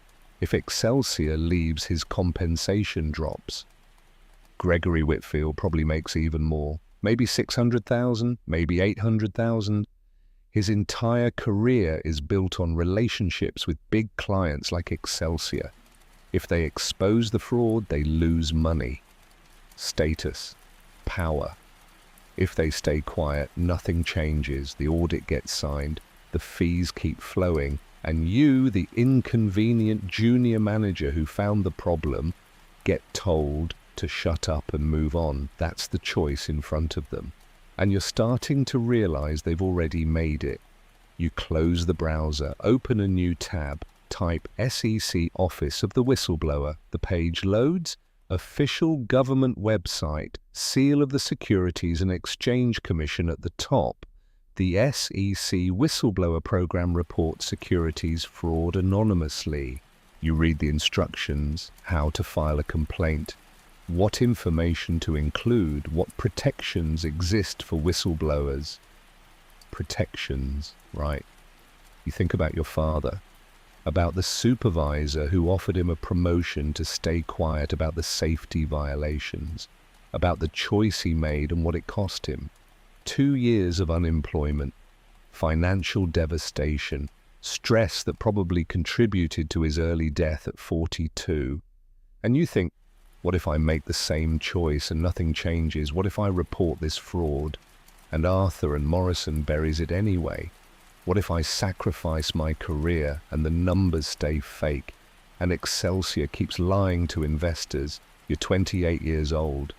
You make $85,000 a year. You're 3 years away from partner, the goal you've been working towards since you were 18 years old, and decided that financial security was the only thing that mattered. If you report this, really report it outside the firm, to the SEC, you lose everything. Your job, your career trajectory, your professional reputation, the respect of colleagues who'll see you as a traitor, someone who went over the firm's head, someone who can't be trusted. But if you don't report it, you have to live with yourself. You have to know that you saw a $40 billion fraud and said nothing. That you let investors keep getting lied to. That you watched executives make millions off fake numbers and you stayed quiet because speaking up was too expensive. You hear your father's voice in your head as clear as if he was sitting next to you. Can you live with yourself? You know the answer. You open your email, create a new message. To tip, at sec.gov, subject evidence of accounting fraud at Excelsior Energy Corporation. You attach the files, the spreadsheet showing $287 million in fake revenue, the corporate structure showing the shell entities, the derivative valuations based on made-up assumptions, everything. You write a brief summary. I am an auditor at Arthur & Morrison LLP, currently assigned to the Excelsior Energy Audit Engagement. I have discovered evidence of widespread accounting fraud involving fabricated revenue from shell entity transactions and inflated asset valuations. The estimated magnitude is approximately $627 million in overstated revenue and assets. I am reporting this because my firm has declined to take action despite being presented with detailed evidence. Attached documentation supports these allegations. I am willing to cooperate fully with any investigation. Rebecca Ann Morgan. CPA, you type your name. Your cursor hovers over the send button. Your hands are shaking. You think, if I send this, my career at Arthur & Morrison is over. Probably my career in public accounting is over. Maybe my career in the entire industry is over. Because who wants to hire the auditor who reported her own firm to the SEC? But if I don't send this, I have to live the rest of my life knowing I saw the truth and looked away. You think about your father one more time, about the lesson he taught you, about the price he paid, and you realize the price of staying silent is higher. Because you don't just have to live with the consequences, you have to live with yourself. And if you choose the easy thing, the safe thing, the thing that protects your career at the expense of the truth, you won't be able to. You press send. The email disappears from your screen. You close your laptop, sit in the dark hotel room, listen to the sound of your own breathing. You just ended your career, but you saved your conscience. And right now, staring at the city lights through the hotel window, feeling your heart pound in your chest, knowing there's no going back, you're not sure which one matters more. Tomorrow you'll find out. You don't sleep that night. You go into the Excelsior office on Thursday morning like it's a normal day.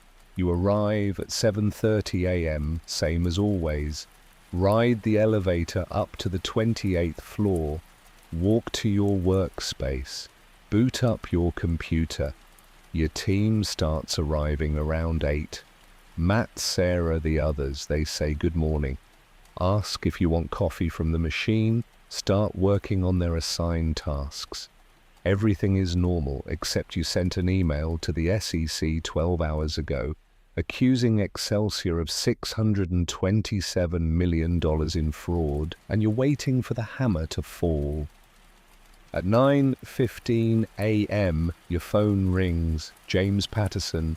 Rebecca, come to conference room B. Right now. His voice is ice. You save your work. Close your laptop. Stand up.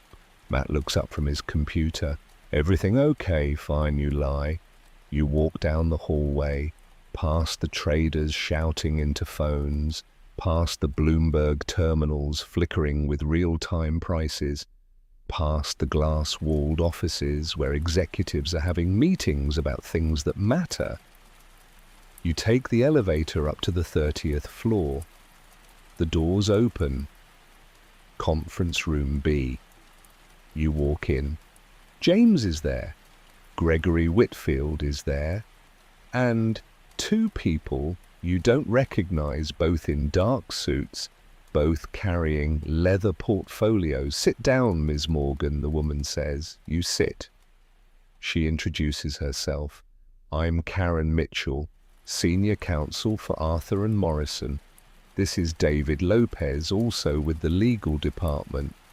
She opens her portfolio, pulls out a printed email.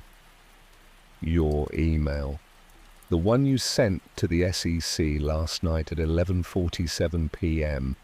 Your heart stops. How do they have it? How do they know already? You don't ask. The answer doesn't matter. "Did you send this?" Karen asks. Silence.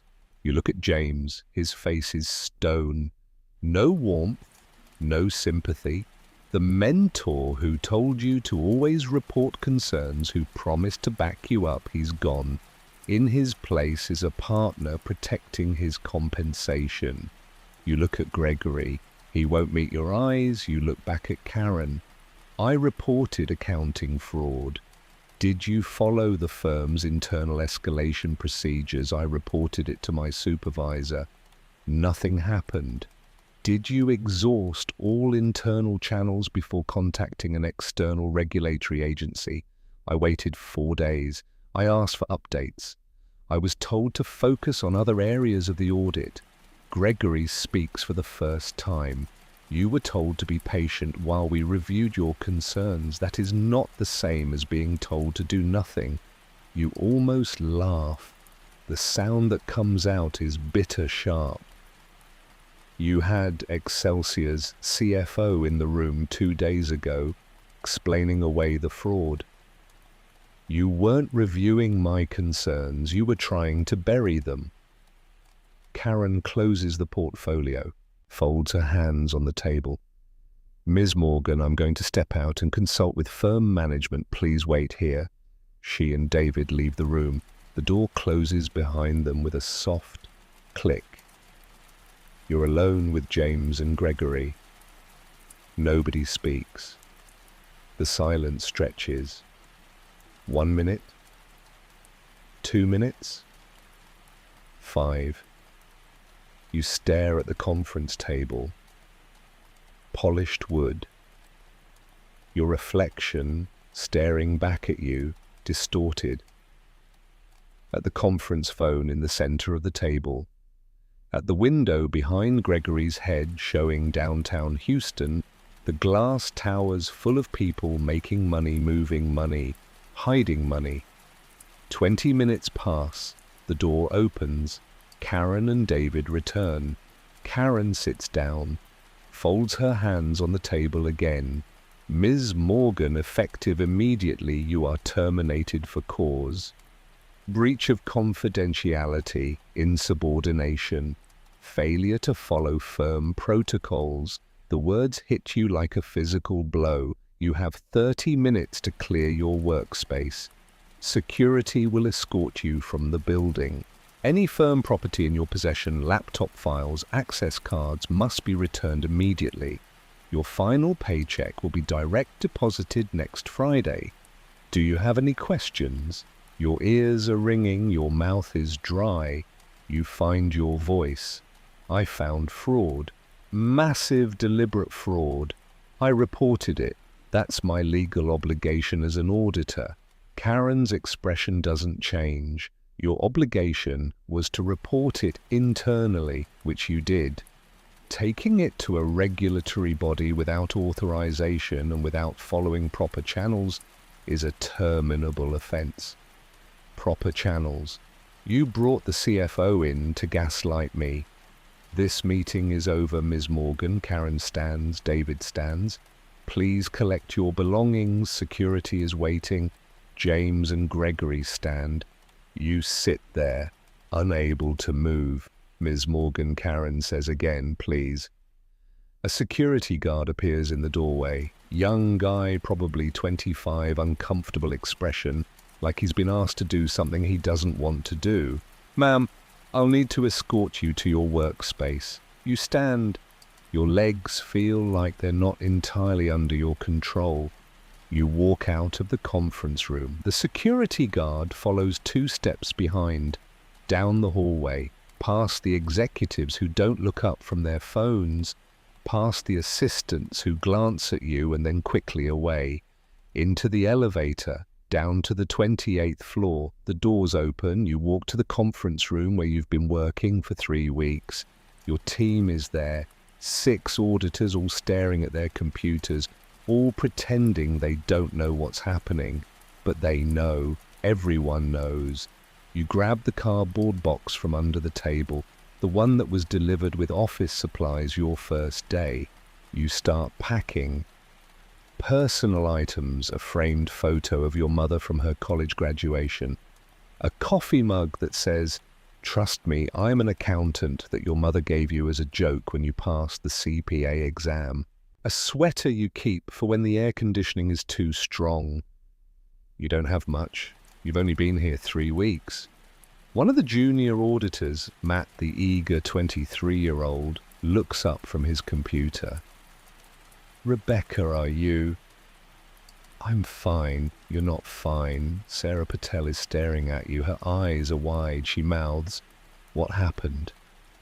You shake your head. "Not now." You finish packing.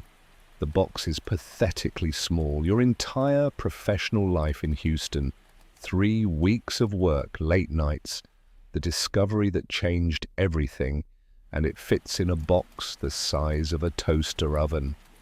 The security guard clears his throat. "Ready, ma'am?" You nod.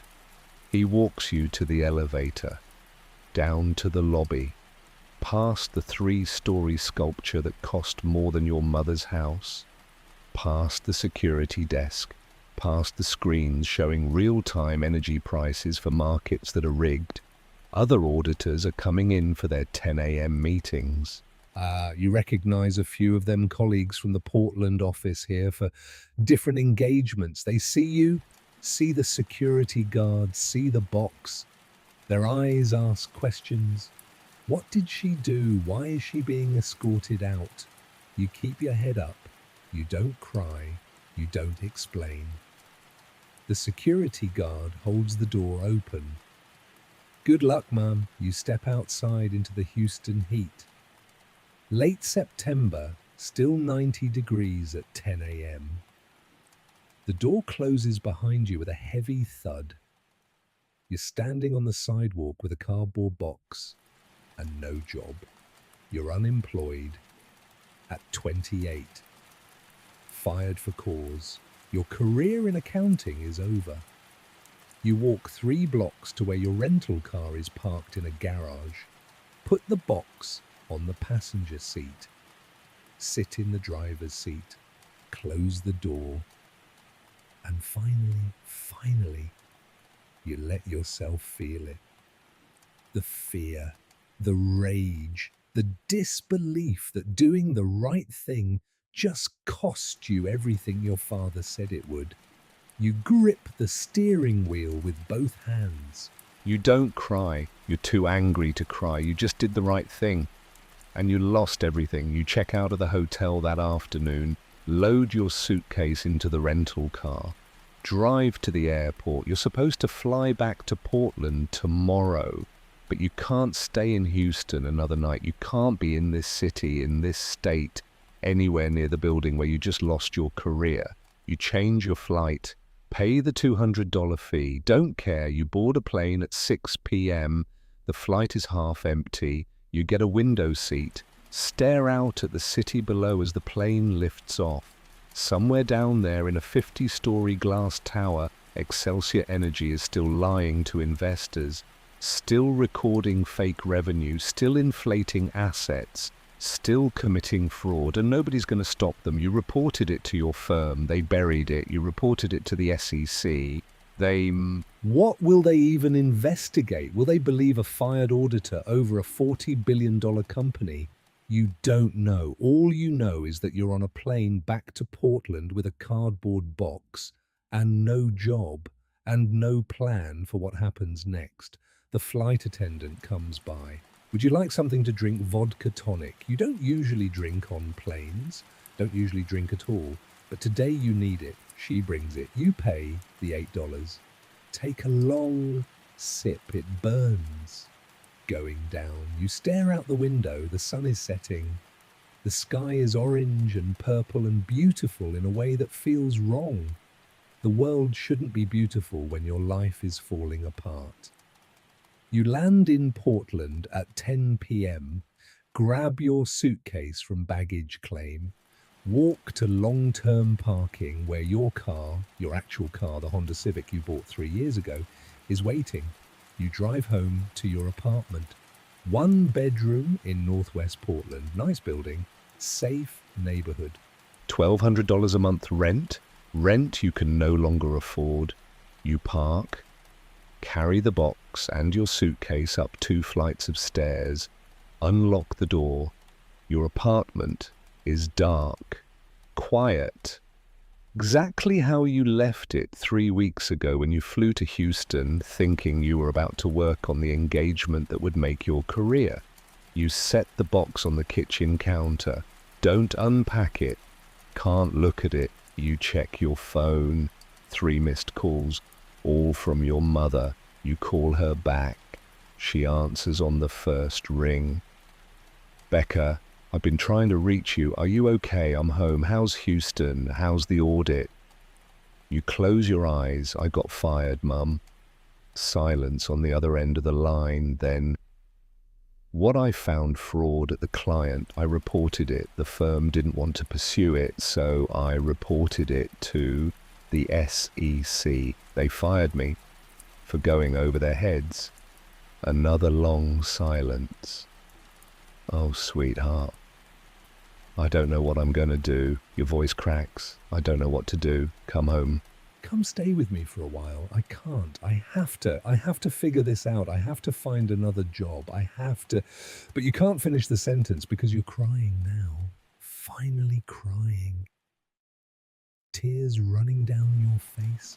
Shoulders shaking, the kind of crying you haven't done since your father's funeral. Becca, listen to me.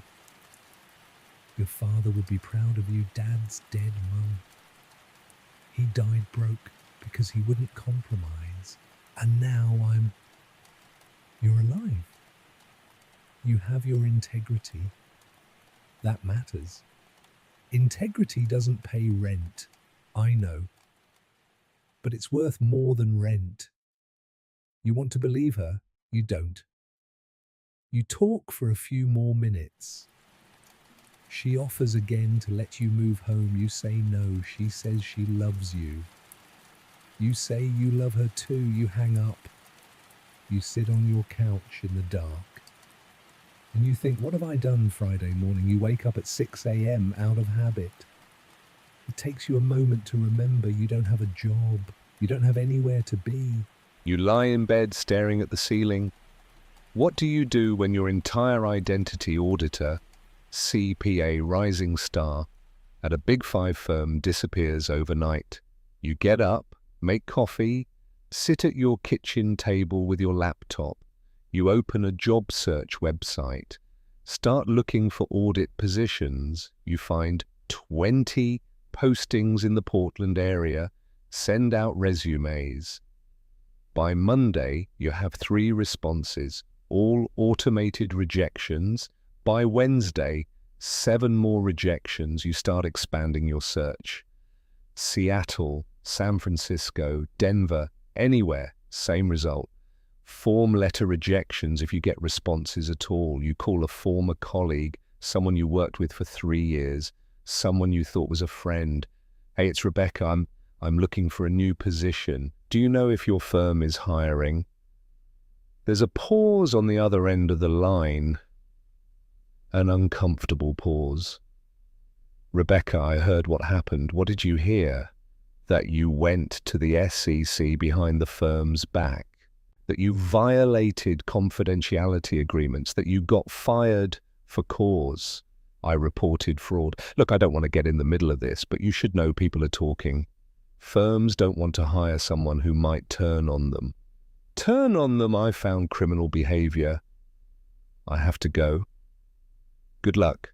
Click. She hangs up. You sit there, holding your phone, staring at it like it might explain what just happened.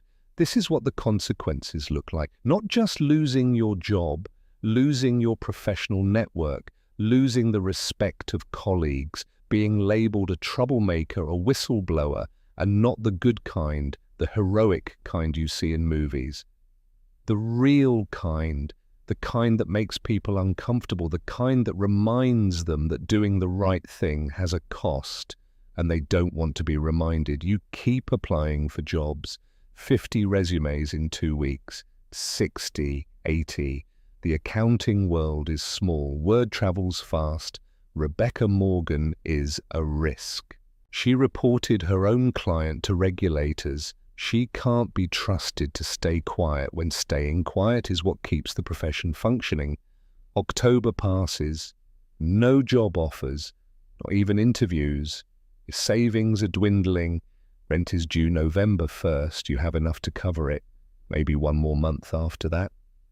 And then what, you start looking outside accounting, administrative positions, office manager roles, anything that pays a salary. You get one interview, small non-profit in Southeast Portland, communications coordinator, $38,000 a year. The hiring manager is nice, mid-40s, friendly smile. She asks about your background. You explain CPA 6 years at Arthur & Morrison, recently left to pursue other opportunities. She nods, takes notes. Then casually she says, "Let me just pull up your LinkedIn." You watch her eyes move across the screen. Watch her expression change. She's found the article. It was published 3 weeks ago in Accounting Today. Arthur & Morrison fires auditor over allegations of client fraud. The article doesn't name you. But if you Google Arthur & Morrison fired auditor 2001, your name is the first result. The hiring manager closes her laptop. "I think we've covered everything. We'll be in touch." You don't hear back. By mid-November, you're out of options. You take a job as a bookkeeper at a homeless services non-profit in Southeast Portland. The position pays $32,000 a year, less than you made as a first-year associate 6 years ago. The work is simple: coding invoices, reconciling bank statements, processing payroll, things you learned in your first accounting class in college. Your boss is a woman named Margaret Late, 50s, kind but overworked. She's grateful to have someone with your qualifications. "Most people don't stay in this job long," she says during your first day. They use it as a stepping stone to something better. You nod. Don't tell her that this isn't a stepping stone for you. This is the destination. Because no one else will hire you. You move out of your apartment on December 1st. Can't afford $1,200 a month on $32,000 a year. You find a studio in a less nice part of town, $650 a month. It's tiny, barely bigger than your hotel room in Houston. The bathroom is the size of a closet. The kitchen is a hot plate and a mini fridge. But it's all you can afford. You move your belongings, they fit in your car in 2 trips. Your mother offers to help. You tell her, "You're fine, you're not fine, you're 28 years old. You have a CPA license and 6 years of experience at a top accounting firm. And you're living in a studio apartment, working a job that doesn't require a college degree. This is the cost of doing the right thing." And every morning when you wake up in that studio apartment, you ask yourself, was it worth it? You don't have an answer yet. 2 months pass. You work at the non-profit. You process invoices. You reconcile accounts. You show up on time. and do your job and go home to your studio apartment and try not to think about the career you lost. Then on a Tuesday in mid-December, your phone rings. Unknown number, you almost don't answer, but something makes you pick up. Ms. Morgan, this is Sarah Kim. I'm an investigator with the SEC's Division of Enforcement. Do you have a few minutes to talk? Your heart starts racing. Yes. I'm calling about the complaint you filed regarding Excelsior Energy Corporation. We've reviewed your initial submission. We'd like to interview you formally. Would you be willing to come to our Washington office? Yes, absolutely. How's next week? Tuesday, December 11th, you check your mental calendar. You're working at the non-profit, but you can take a personal day. That works. Great. I'll send you the details via email. And Miss Morgan, thank you for coming forward. What you've documented is extensive. If this is accurate, we're looking at one of the largest accounting frauds in recent history. You hang up. Sit at your desk in your tiny apartment. The SEC is investigating. They believed you for the first time in 2 months. You feel something other than despair. Hope. Maybe this wasn't all for nothing. December 11th, 2001. You fly to Washington, D.C. on a red-eye Monday night. Cheapest flight you could find, $240 round trip. You can't really afford it, but you don't have a choice. You arrive at Reagan National at 6 a.m., take the metro into the city, grab coffee and a muffin at a kiosk because you're too nervous to eat anything more substantial. The SEC's headquarters is at 455th Street, NW, a massive government building, all concrete and authority. Security is tight. You show your ID 3 times, go through metal detectors, get a visitor badge. Sarah Kim meets you in the lobby. She's younger than you expected, mid-30s, dark suit, kind eyes, the kind of person who chose a career in government enforcement because she actually cares about justice. Ms. Morgan, thank you for coming. She leads you up to the 7th floor, down a hallway lined with photos of previous SEC chairs, into a conference room with a long table, no windows, a recording device on the table. 3 other people are waiting. Sarah introduces them. This is Mark Stevens and Jennifer Park, also with the Division of Enforcement. And this is David Ortiz from our Office of General Counsel. You shake hands. Sit down, they offer you coffee. You accept. Your hands are shaking. You need something to hold. Sarah starts the recording device, states the date, time people present. Then Ms. Morgan, thank you again for coming forward. We'd like to go through your allegations in detail. Let's start from the beginning. When did you first become concerned about Excelsior's accounting? And for the next 6 hours, you tell them everything. The shell entities, the fake revenue transactions, the inflated asset valuations, the closed-loop fraud designed to make Excelsior look bigger and more profitable than it actually is. You walk them through the spreadsheets, show them the corporate structure, explain how you traced the ownership, how you verified that these entities had no economic substance, how you calculated the $627 million in overstated numbers. They ask questions, lots of questions. How did you first discover the shell entities? What did you do when you found the discrepancies? Who did you report this to at Arthur and Morrison? What was their response? Did anyone at the firm try to stop you from investigating? What did James Patterson say when you showed him the evidence? What about Gregory Whitfield? Did you ever speak directly with Excelsior executives about this? Why did you decide to contact the SEC? You answer everything, honestly, completely. You hold nothing back. You tell them about the meeting with Thomas Brennan, the CFO, about how he tried to explain away the fraud with industry jargon and false confidence.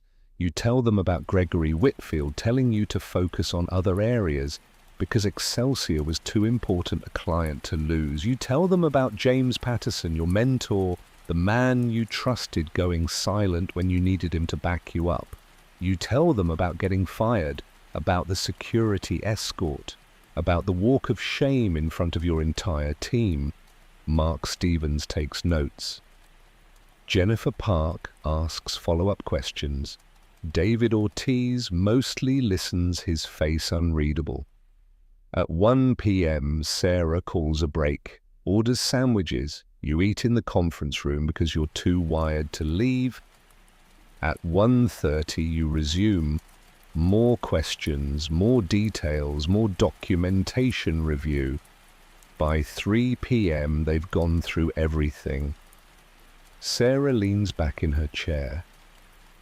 Ms. Morgan, if what you're telling us is accurate and based on the documentation you provided, we have no reason to doubt you. This is one of the largest accounting frauds we've ever seen. It's accurate. I believe you. But I need to be clear about what happens next. This investigation is going to take time. Months, possibly years. We'll need to subpoena documents from Excelsior, interview employees, trace every transaction you've identified and look for others. We'll need to build a case that can stand up in court. She pauses. And when Excelsior figures out you're the source, and they will figure it out, they're going to come after you. They're going to try to destroy your credibility. They'll sue you, smear you in the press, make your life hell. They're going to try to break you. You think about the last 2 months, about being unemployed, about the studio apartment, about the colleagues who won't return your calls. I'm already broken.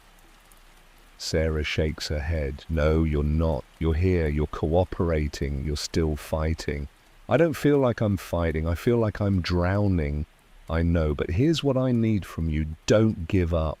This investigation could take years. There will be times when it feels like nothing is happening. Times when you'll wonder if it was worth it. I need you to hold on. You look at her. If I cooperate fully, will you actually prosecute them, or is this going to get buried like everything else? She meets your eyes. I can't make promises about outcomes, but I can promise you this. We're taking this seriously. We're going to investigate thoroughly, and if the evidence supports criminal charges, we're going to pursue them. That's not quite the guarantee you want, but it's something. Okay, you say, I'll cooperate. Good. We'll be in touch, probably in the next few weeks. In the meantime, document everything. If anyone from Excelsior or Arthur and Morrison contacts you, let us know immediately. If you receive any threats, report them. And Ms. Morgan, yes, you did the right thing. I know it doesn't feel that way right now, but you did. You fly back to Portland that night, sit in the airport waiting for your red eye, eating a $12 airport burrito because you're too tired to care about money, and you think maybe she's right. Maybe this investigation will actually go somewhere, or maybe it won't. Either way, you made your choice. Now you have to live with it. 3 weeks later, you find out what they're going to come after you actually means. January 8th, 2002. Tuesday morning, you're getting ready for work, pulling on your one professional outfit that still fits, making instant coffee, because you can't afford a coffee maker when there's a knock at your door. 7:45 a.m. Too early for a delivery, too early for neighbors. You open the door. A man in a suit is standing there. Late 30s, leather messenger bag, uncomfortable expression. Rebecca Ann Morgan. Yes. He hands you an envelope. Thick, official looking. You've been served. Have a nice day. He walks away before you can ask questions.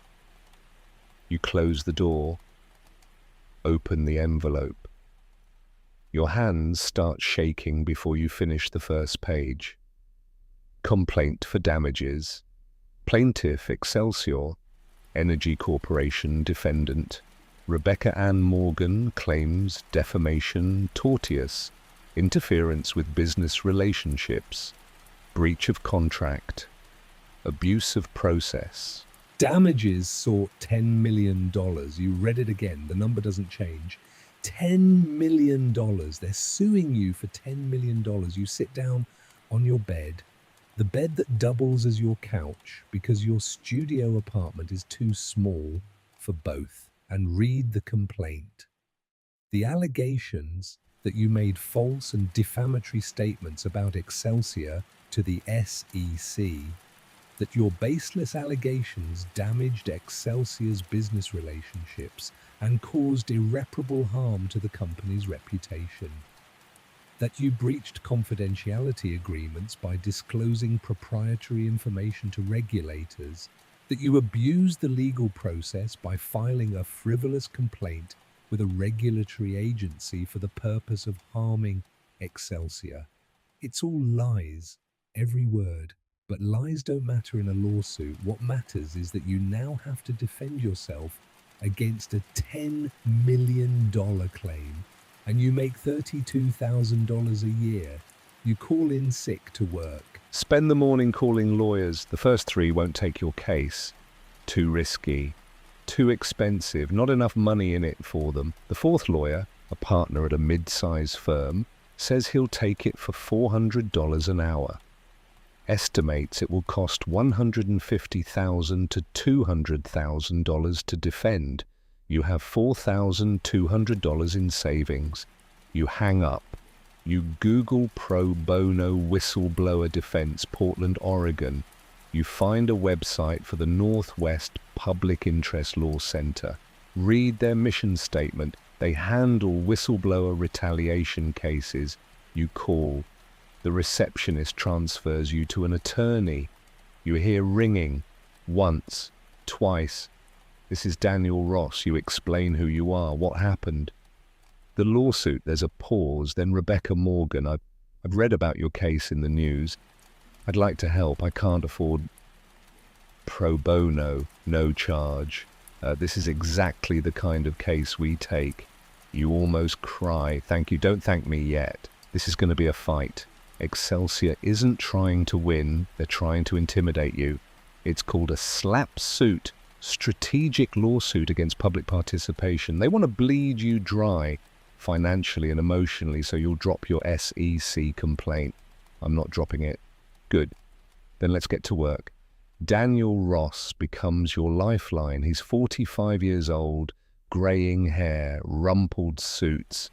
The kind of idealistic lawyer who went into public interest work because he actually believes in justice.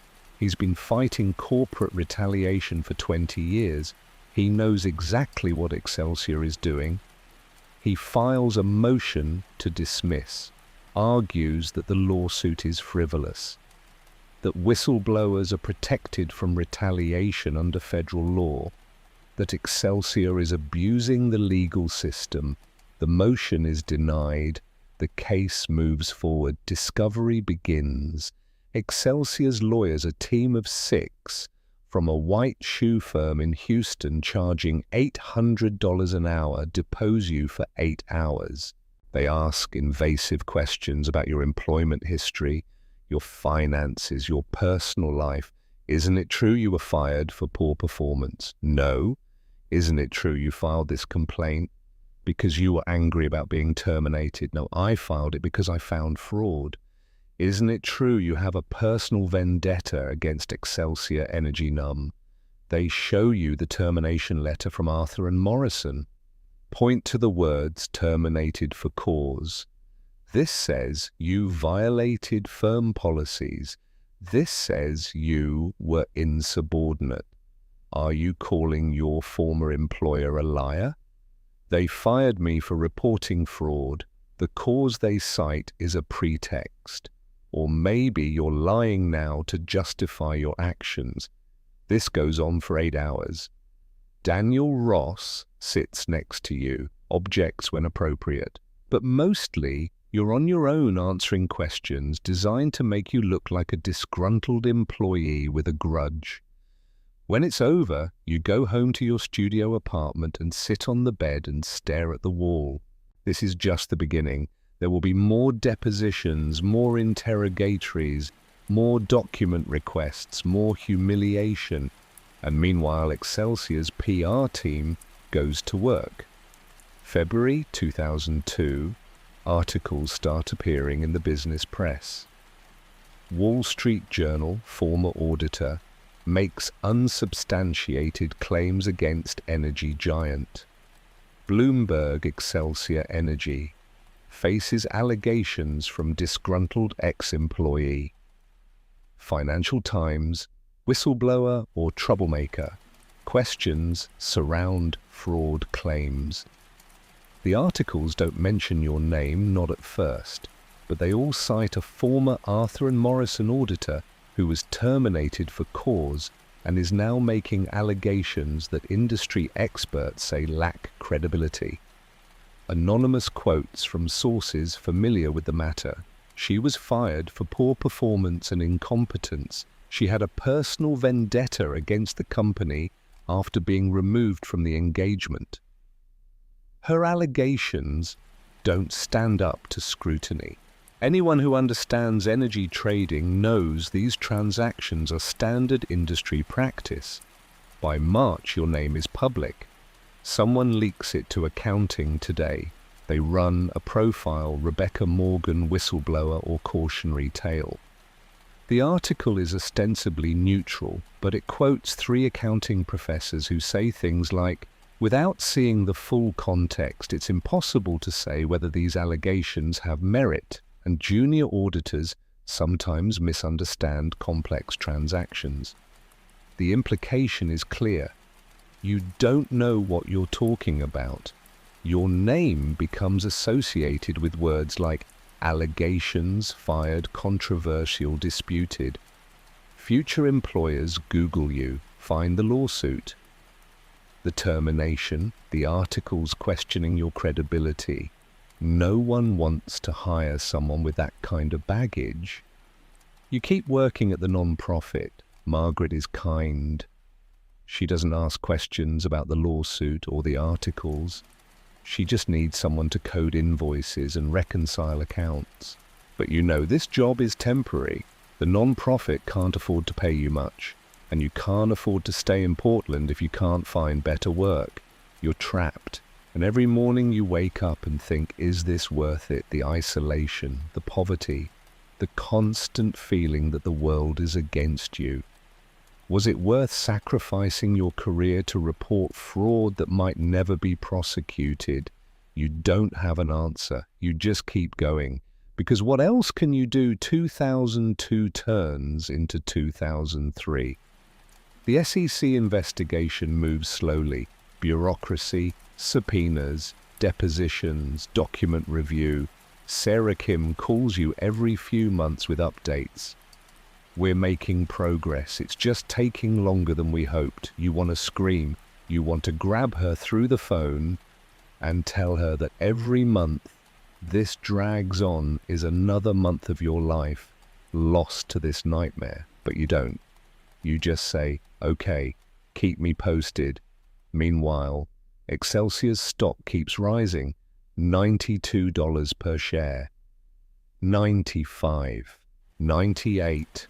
102. Analysts love them. Forbes puts Victor Kane on the cover again, the man who reinvented energy trading. You watch this from your studio apartment. Watch the man running a massive fraud get richer and more famous while you're working a $32,000 a year job and fighting a $10 million lawsuit. The cognitive dissonance is maddening. Your mother calls every Sunday. How are you holding up? I'm fine, Mom. You're not fine. Your friends stopped calling. Your college roommate Jennifer sends a Christmas card with a note. Hope you're doing well, but she hasn't returned your calls in 6 months. Your LinkedIn network has dwindled. People who used to be connections are now strangers. You're completely alone. Summer 2003, you hit your lowest point. You're in the grocery store trying to decide between name brand cereal and generic. The name brand is $4.99. The generic is $2.49. You have $87 in your checking account until payday next Friday. You choose the generic. You stand in line with your calculator, adding up the items in your basket, making sure you have enough. The woman behind you is reading Fortune magazine. Victor Kane is on the cover. Again, you almost laugh, you almost cry. You settle for neither. You pay for your groceries, drive home, unpack them in your tiny kitchen. And you think, I destroyed my career for this. I'm 30 years old, living paycheck to paycheck, fighting a lawsuit I can't afford, waiting for an investigation that might never go anywhere. What if I was wrong? What if the SEC investigates and finds nothing? What if Excelsior's lawyers convince a court that the accounting was legitimate? What if I sacrificed everything for a fraud that I can't prove? You sit on your bed, stare at the wall, and then you pull out the spreadsheet, the one you saved before you sent the SEC complaint, the one with 627 million in fake numbers. You run through it again, check your work, verify the calculations. It's still there. The fraud is real. You weren't wrong. You close the laptop, take a deep breath, and you keep going. Fall 2003, your mother flies to Portland for Thanksgiving. You pick her up at the airport. She's aged since you last saw her. Grayer, thinner, worry lines deeper around her eyes.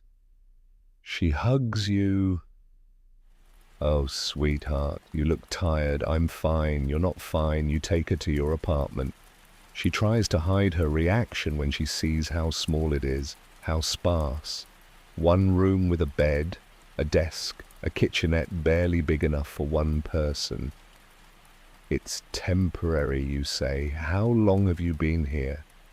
2 years. She doesn't say anything. Thanksgiving dinner is quiet. You cook a small chicken because turkey's too expensive. Make stuffing from a box. Buy a frozen pie from the grocery store. After dinner, your mother says, "Becca, I need to ask you something. You know what's coming. When is this going to end? I don't know. It's been 2 years. 2 years of living like this. 2 years of fighting a lawsuit. 2 years of waiting for the SEC to do something. I know, maybe it's time to let it go." You look at her. Let it go. You've done what you could. You reported the fraud, you testified, you gave them everything. But this is destroying your life. You can't keep living like this. What am I supposed to do? Drop the SEC complaint. Settle the lawsuit. Yes. Move on. Get your life back. You think about that, getting your life back. Except you don't have a life to get back. Your career is gone. Your professional reputation is ruined. Your savings are depleted. Your friends have moved on. The only thing you have left is the knowledge that you did the right thing. If you drop it now, you don't even have that. "I can't, Mum." Why not? Because if I give up, it means Dad was wrong. It means doing the right thing was a mistake. It means we should just look away when we see something wrong, because fighting it costs too much. Your father is dead, Becca. I know, but I'm not. Your mother starts crying. I just want my daughter back. I'm right here. No, you're not. You're so focused on this fight that you've forgotten how to live. You don't have friends, you don't have hobbies, you don't have anything except this vendetta. It's not a vendetta, it's justice. Justice doesn't pay your rent. Justice doesn't give you your career back. justice doesn't make you happy. You don't have an answer for that. Your mother leaves the next day. The conversation sits between you like a stone. 2 weeks later, your lawyer calls. Rebecca, I have news. Excelsior's lawyers want to settle. They'll drop the lawsuit if you sign a non-disclosure agreement and retract your SEC complaint. Retract my complaint. You'd have to submit a letter to the SEC withdrawing your allegations. Say you were mistaken. In exchange, Excelsior drops the suit and you walk away. You could end this right now. Sign the paper, walk away, get a job again, rebuild your career. Stop living in a studio apartment on $32,000 a year. What happens to the fraud if I retract? Excelsior continues operating. The SEC probably drops the investigation without your cooperation. So the fraud continues. Probably. And investors keep getting lied to. Rebecca, I can't tell you what to do, but I can tell you that this lawsuit could drag on for years. Even with pro bono representation, it's costing you emotionally, financially, professionally. If you settle, you can move on. You think about your father. You think about the lesson he taught you. You say, no, I'm not settling. I'm not retracting. Tell them to go to hell. Daniel Ross is quiet for a moment. Then, okay, we'll keep fighting. You hang up. You sit in your apartment, alone, broke, exhausted, but you're still standing, and that has to be enough. December 2004, you're at your desk at the non-profit, processing invoices when your phone rings. Sarah Kim, Rebecca, we've got him. Your heart stops. What? We found the emails, internal Excelsior emails, explicitly discussing how to hide losses, inflate revenue, deceive auditors. The smoking gun, you can barely breathe. Are you sure I'm looking at them right now? Victor Kane to Thomas Brennan. Make the numbers work, I don't care how. Brennan to the finance team. Create new entities if you have to. The street expects 15% growth. Give them 15% growth. Oh my God, we're filing charges.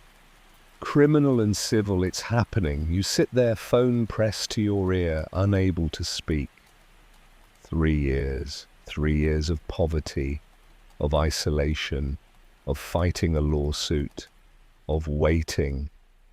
And finally, someone believes you. Rebecca, are you there? I'm here. Are you okay? You start crying. Can't stop. Not from relief, from exhaustion. I'm fine, you manage. Thank you. Thank you for not giving up. You didn't give up. That's why we didn't. You hang up. Sit at your desk. Try to process what just happened. The fraud is real. The SEC has proof. Charges are coming. You were right, and you're about to be vindicated. But the vindication doesn't undo the damage. It doesn't give you back the 3 years you lost. It doesn't repair your career. It doesn't restore your friendships. It just proves you were right. And right now, sitting in a non-profit office in Southeast Portland, making $32,000 a year at age 31, you're not sure that's enough, but it's something. January 2005, the news breaks on a Thursday morning. SEC and Department of Justice file charges against Excelsior Energy executives in massive fraud scheme. You read the headline on your computer screen at work. Your hands are shaking. The charges: securities fraud, wire fraud, conspiracy, making false statements to auditors. The defendants: Victor Kane, CEO, Thomas Brennan, CFO, 4 other senior executives. The details: not $627 million in fake revenue, $11 billion over 5 years. The fraud was bigger than you thought, much bigger. Excelsior's stock price plummets $102 per share to 14 in 1 day, then 3, then delisted from the New York Stock Exchange. By February, Excelsior files for bankruptcy. $40 billion in market capitalization gone. Wiped out. Investor losses, pension funds, retirement accounts.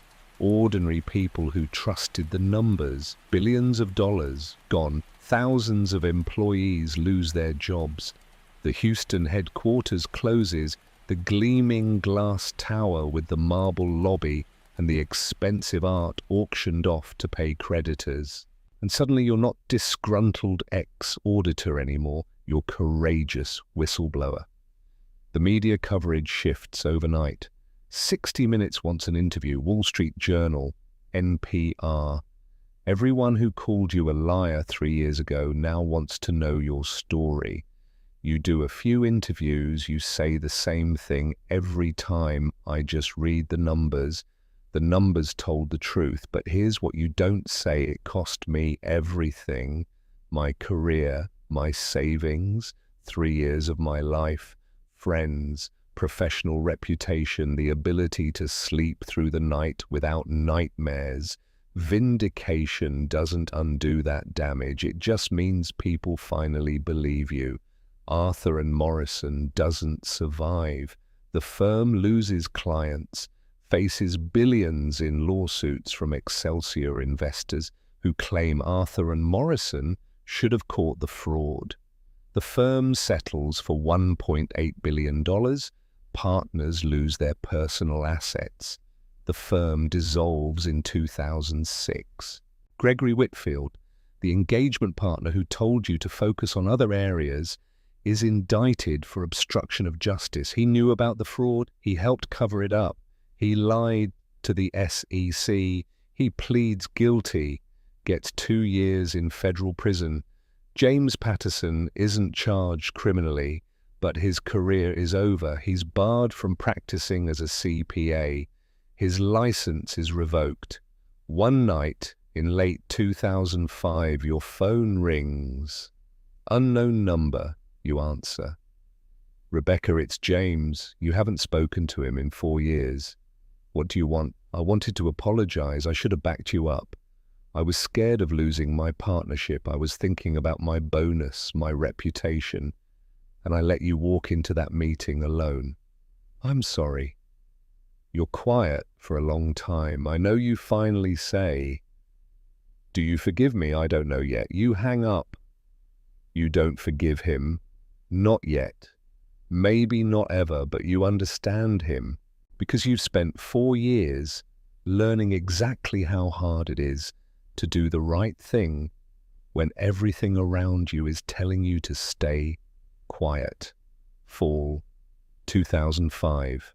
Victor Kane's trial is front-page news for 3 months. The courtroom is packed. Investors whose retirements he destroyed, employees who lost jobs, media from every major outlet. You sit in the back row, watch the prosecutors lay out the case, the fake revenue, the shell entities, the emails where Kane explicitly told his team to fabricate numbers.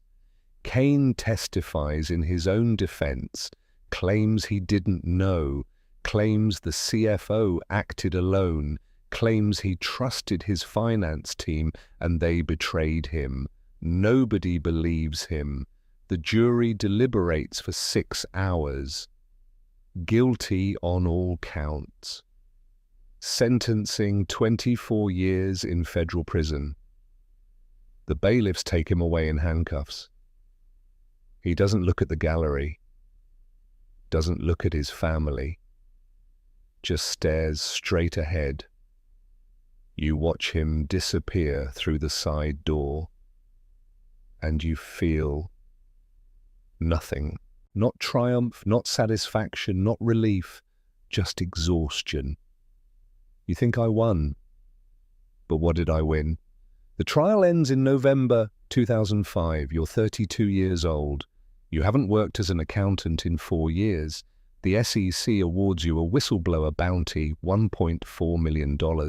First major payout under the new whistleblower incentive program. The money is life-changing, but it doesn't feel like a reward. It feels like compensation. for what you lost. You pay off debt. Move out of the studio apartment, get a one-bedroom with actual windows and a kitchen you can turn around in. And then you sit in your new apartment and think, now what corporate compliance departments want to hire you? You'd be perfect for our ethics division.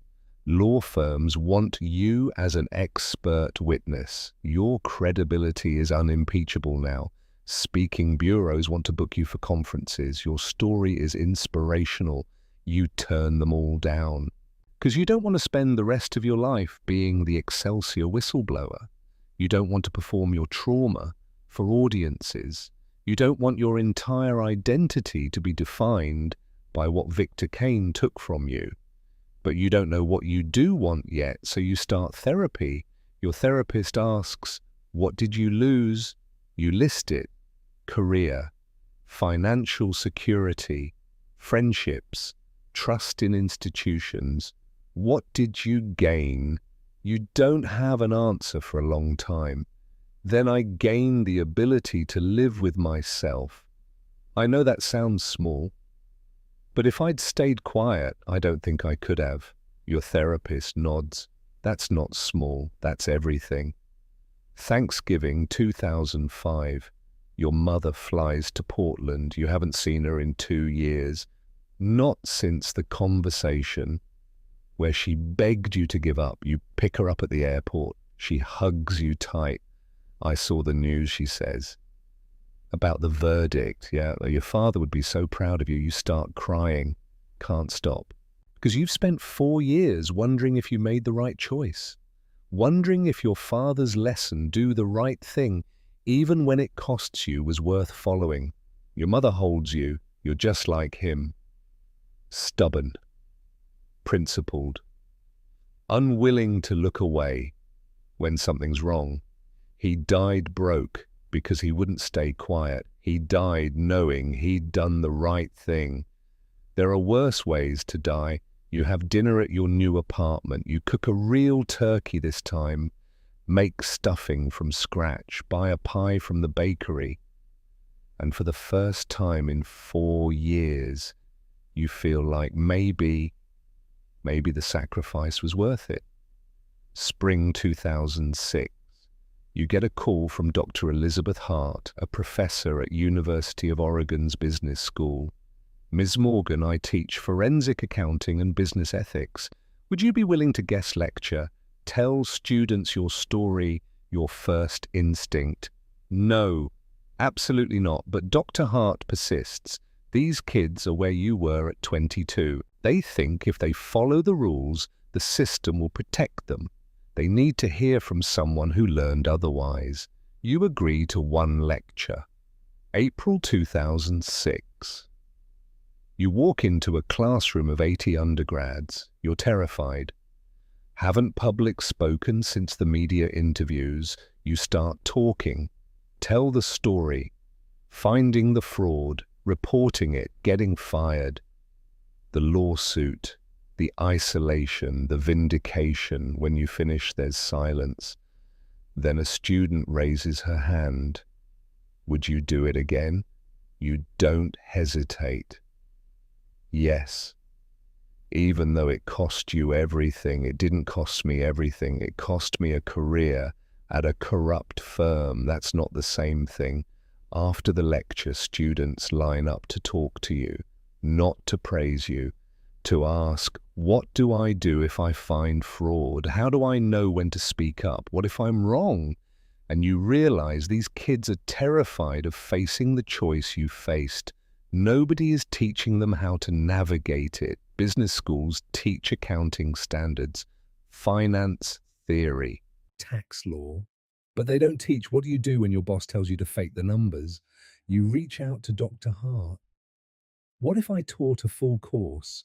Business ethics, real-world cases, not theory, practical decision-making, Dr. Hart thinks. You're not a professor. You don't have a PhD. No, but I have experience. I know what it feels like to face these choices. She pitches it to the dean. Fall 2006, you teach your first class. Ethics in Accounting and Corporate Governance. 35 students. You're teaching philosophy. Don't just tell them what's right. Teach them how to do what's right when everything around them is pushing them to stay quiet. The course is successful. Students love it. Enrollment doubles the next semester. You're hired as a full-time lecturer. By 2008, you're teaching 200 plus students per year. You're not just teaching accounting, you're teaching courage. Spring 2011, you've been teaching for about 5 years. A student named Maya Torres comes to office hours, 22 years old senior about to graduate. Professor Morgan, I need advice. I'm interning at a pharmaceutical company. I found something in their clinical trial data. I think they're hiding adverse events. If I report it, I'll lose the internship. Probably get blacklisted, but if I don't, people could get hurt. This is the moment. This is why you're here. You spend 2 hours with Maya, walking through options, risks, protections. I can't make this choice for you, you say, but I can tell you what I know. Staying silent has a cost. Speaking up has a cost.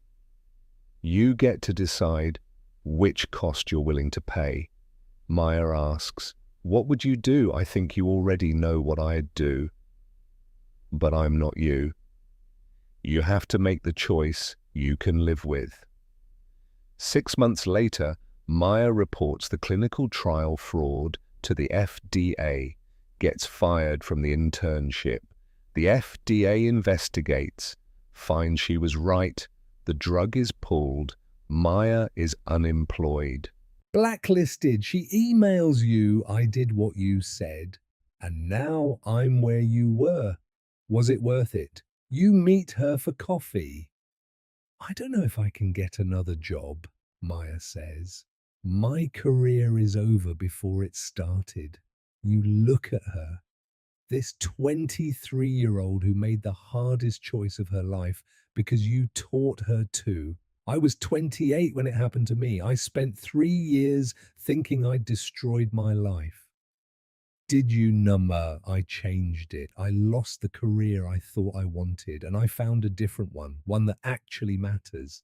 Maya starts crying. You hand her a tissue. When I was going through this, no one helped me. No one told me it would be okay. I'm telling you now, it will be okay. Not today, not next month, but eventually.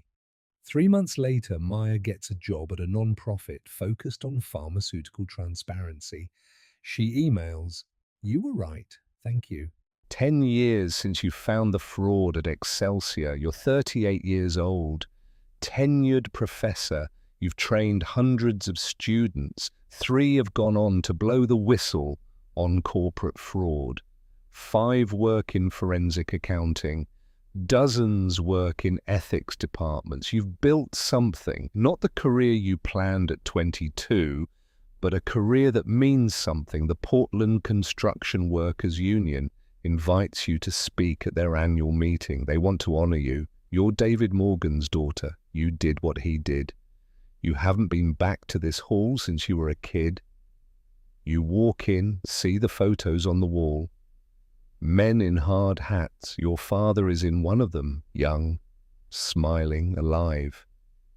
You give a speech. For years I wondered if my father made the right choice. He lost his job. We struggled. He died young, partly from the stress.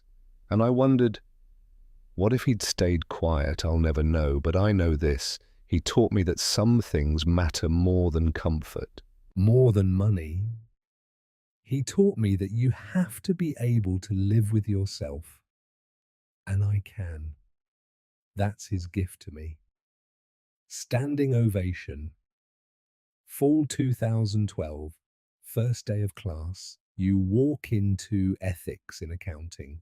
150 students, biggest enrollment yet. You look out at them. 22-year-olds who think they have it figured out. You know better. Welcome to Ethics in Accounting. My name is Professor Morgan. Before we start, I want to tell you what this class is not. This is not theory. This is not memorization. This is about choices. The choices you'll face when doing the right thing costs you everything. Most of you will work for companies where someone will ask you to do something unethical. Fudge numbers, hide losses, stay quiet about fraud. You'll have a choice. You can do what they ask, keep your job, move up, or you can speak up, face the consequences. I can't tell you which to choose, but I can prepare you for what happens if you choose the hard path. Because I chose it. It cost me my career, my savings, 3 years of my life, but I'm standing here today because I made that choice, and I'd make it again. You pause. By the end of this semester, you'll know how to recognize fraud, document it, report it safely, protect yourself. I can't promise it'll be easy, but I can promise it'll be worth it. One student raises her hand. Professor Morgan, do you regret it? You think. Really think. No, I regret that the system is broken enough that doing the right thing requires this much sacrifice. I regret that whistleblowers are punished instead of protected, but do I regret speaking up? No. Because the alternative was living the rest of my life knowing I saw a $40 billion fraud and said nothing. And I couldn't have lived with that. Late afternoon. Your office, grading papers, your phone buzzes, email from Sarah Kim. Subject Excelsior Energy 10-year update. You open it. Rebecca, thought you'd want to know. We secured the final settlement. $4.2 billion returned to defrauded investors. Victor Kane is still in prison, won't be eligible for parole until 2024. But here's what I wanted to tell you. Since the Excelsior case, we've seen a 340% increase in whistleblower reports in the financial sector. Your case changed the culture. You did that. Thank you. Sarah, you read it twice. Close your laptop.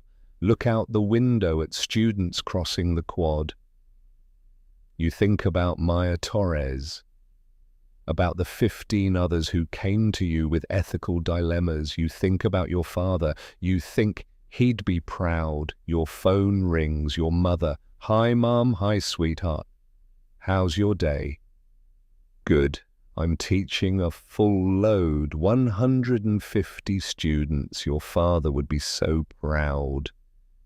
You smile, I know. You talk about normal things, her garden, the neighbor's dog, Thanksgiving plans. When you hang up, you sit in the quiet.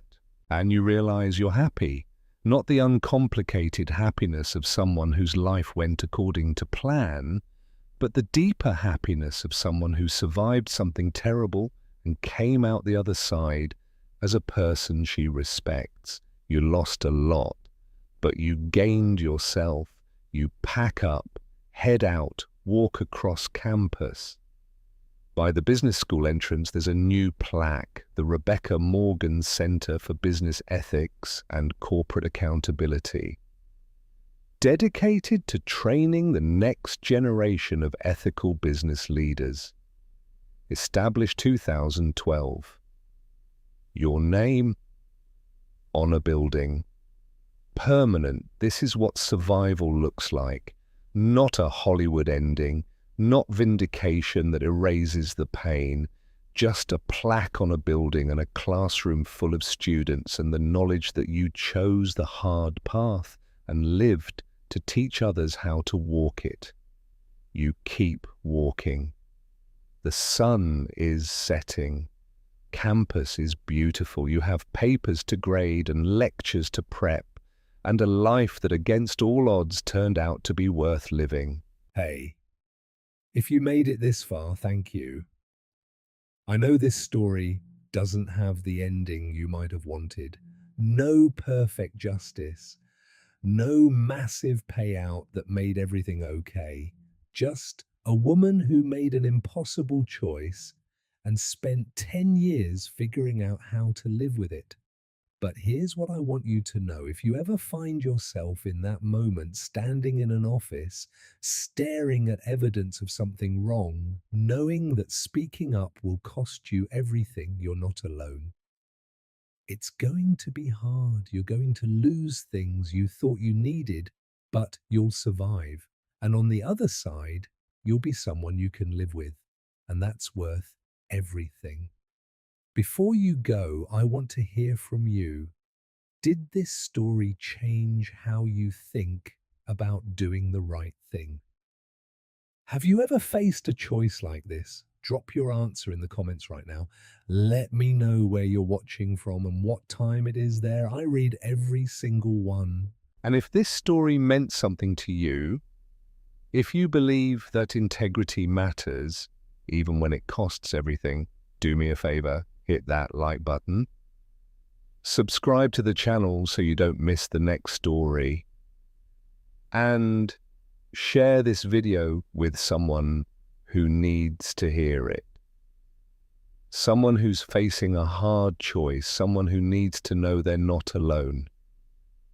Because these stories matter. And the more people who hear them, the harder it becomes for the frauds and the liars and the people who count on our silence to keep getting away with it. Thanks for watching. I'll see you in the next one.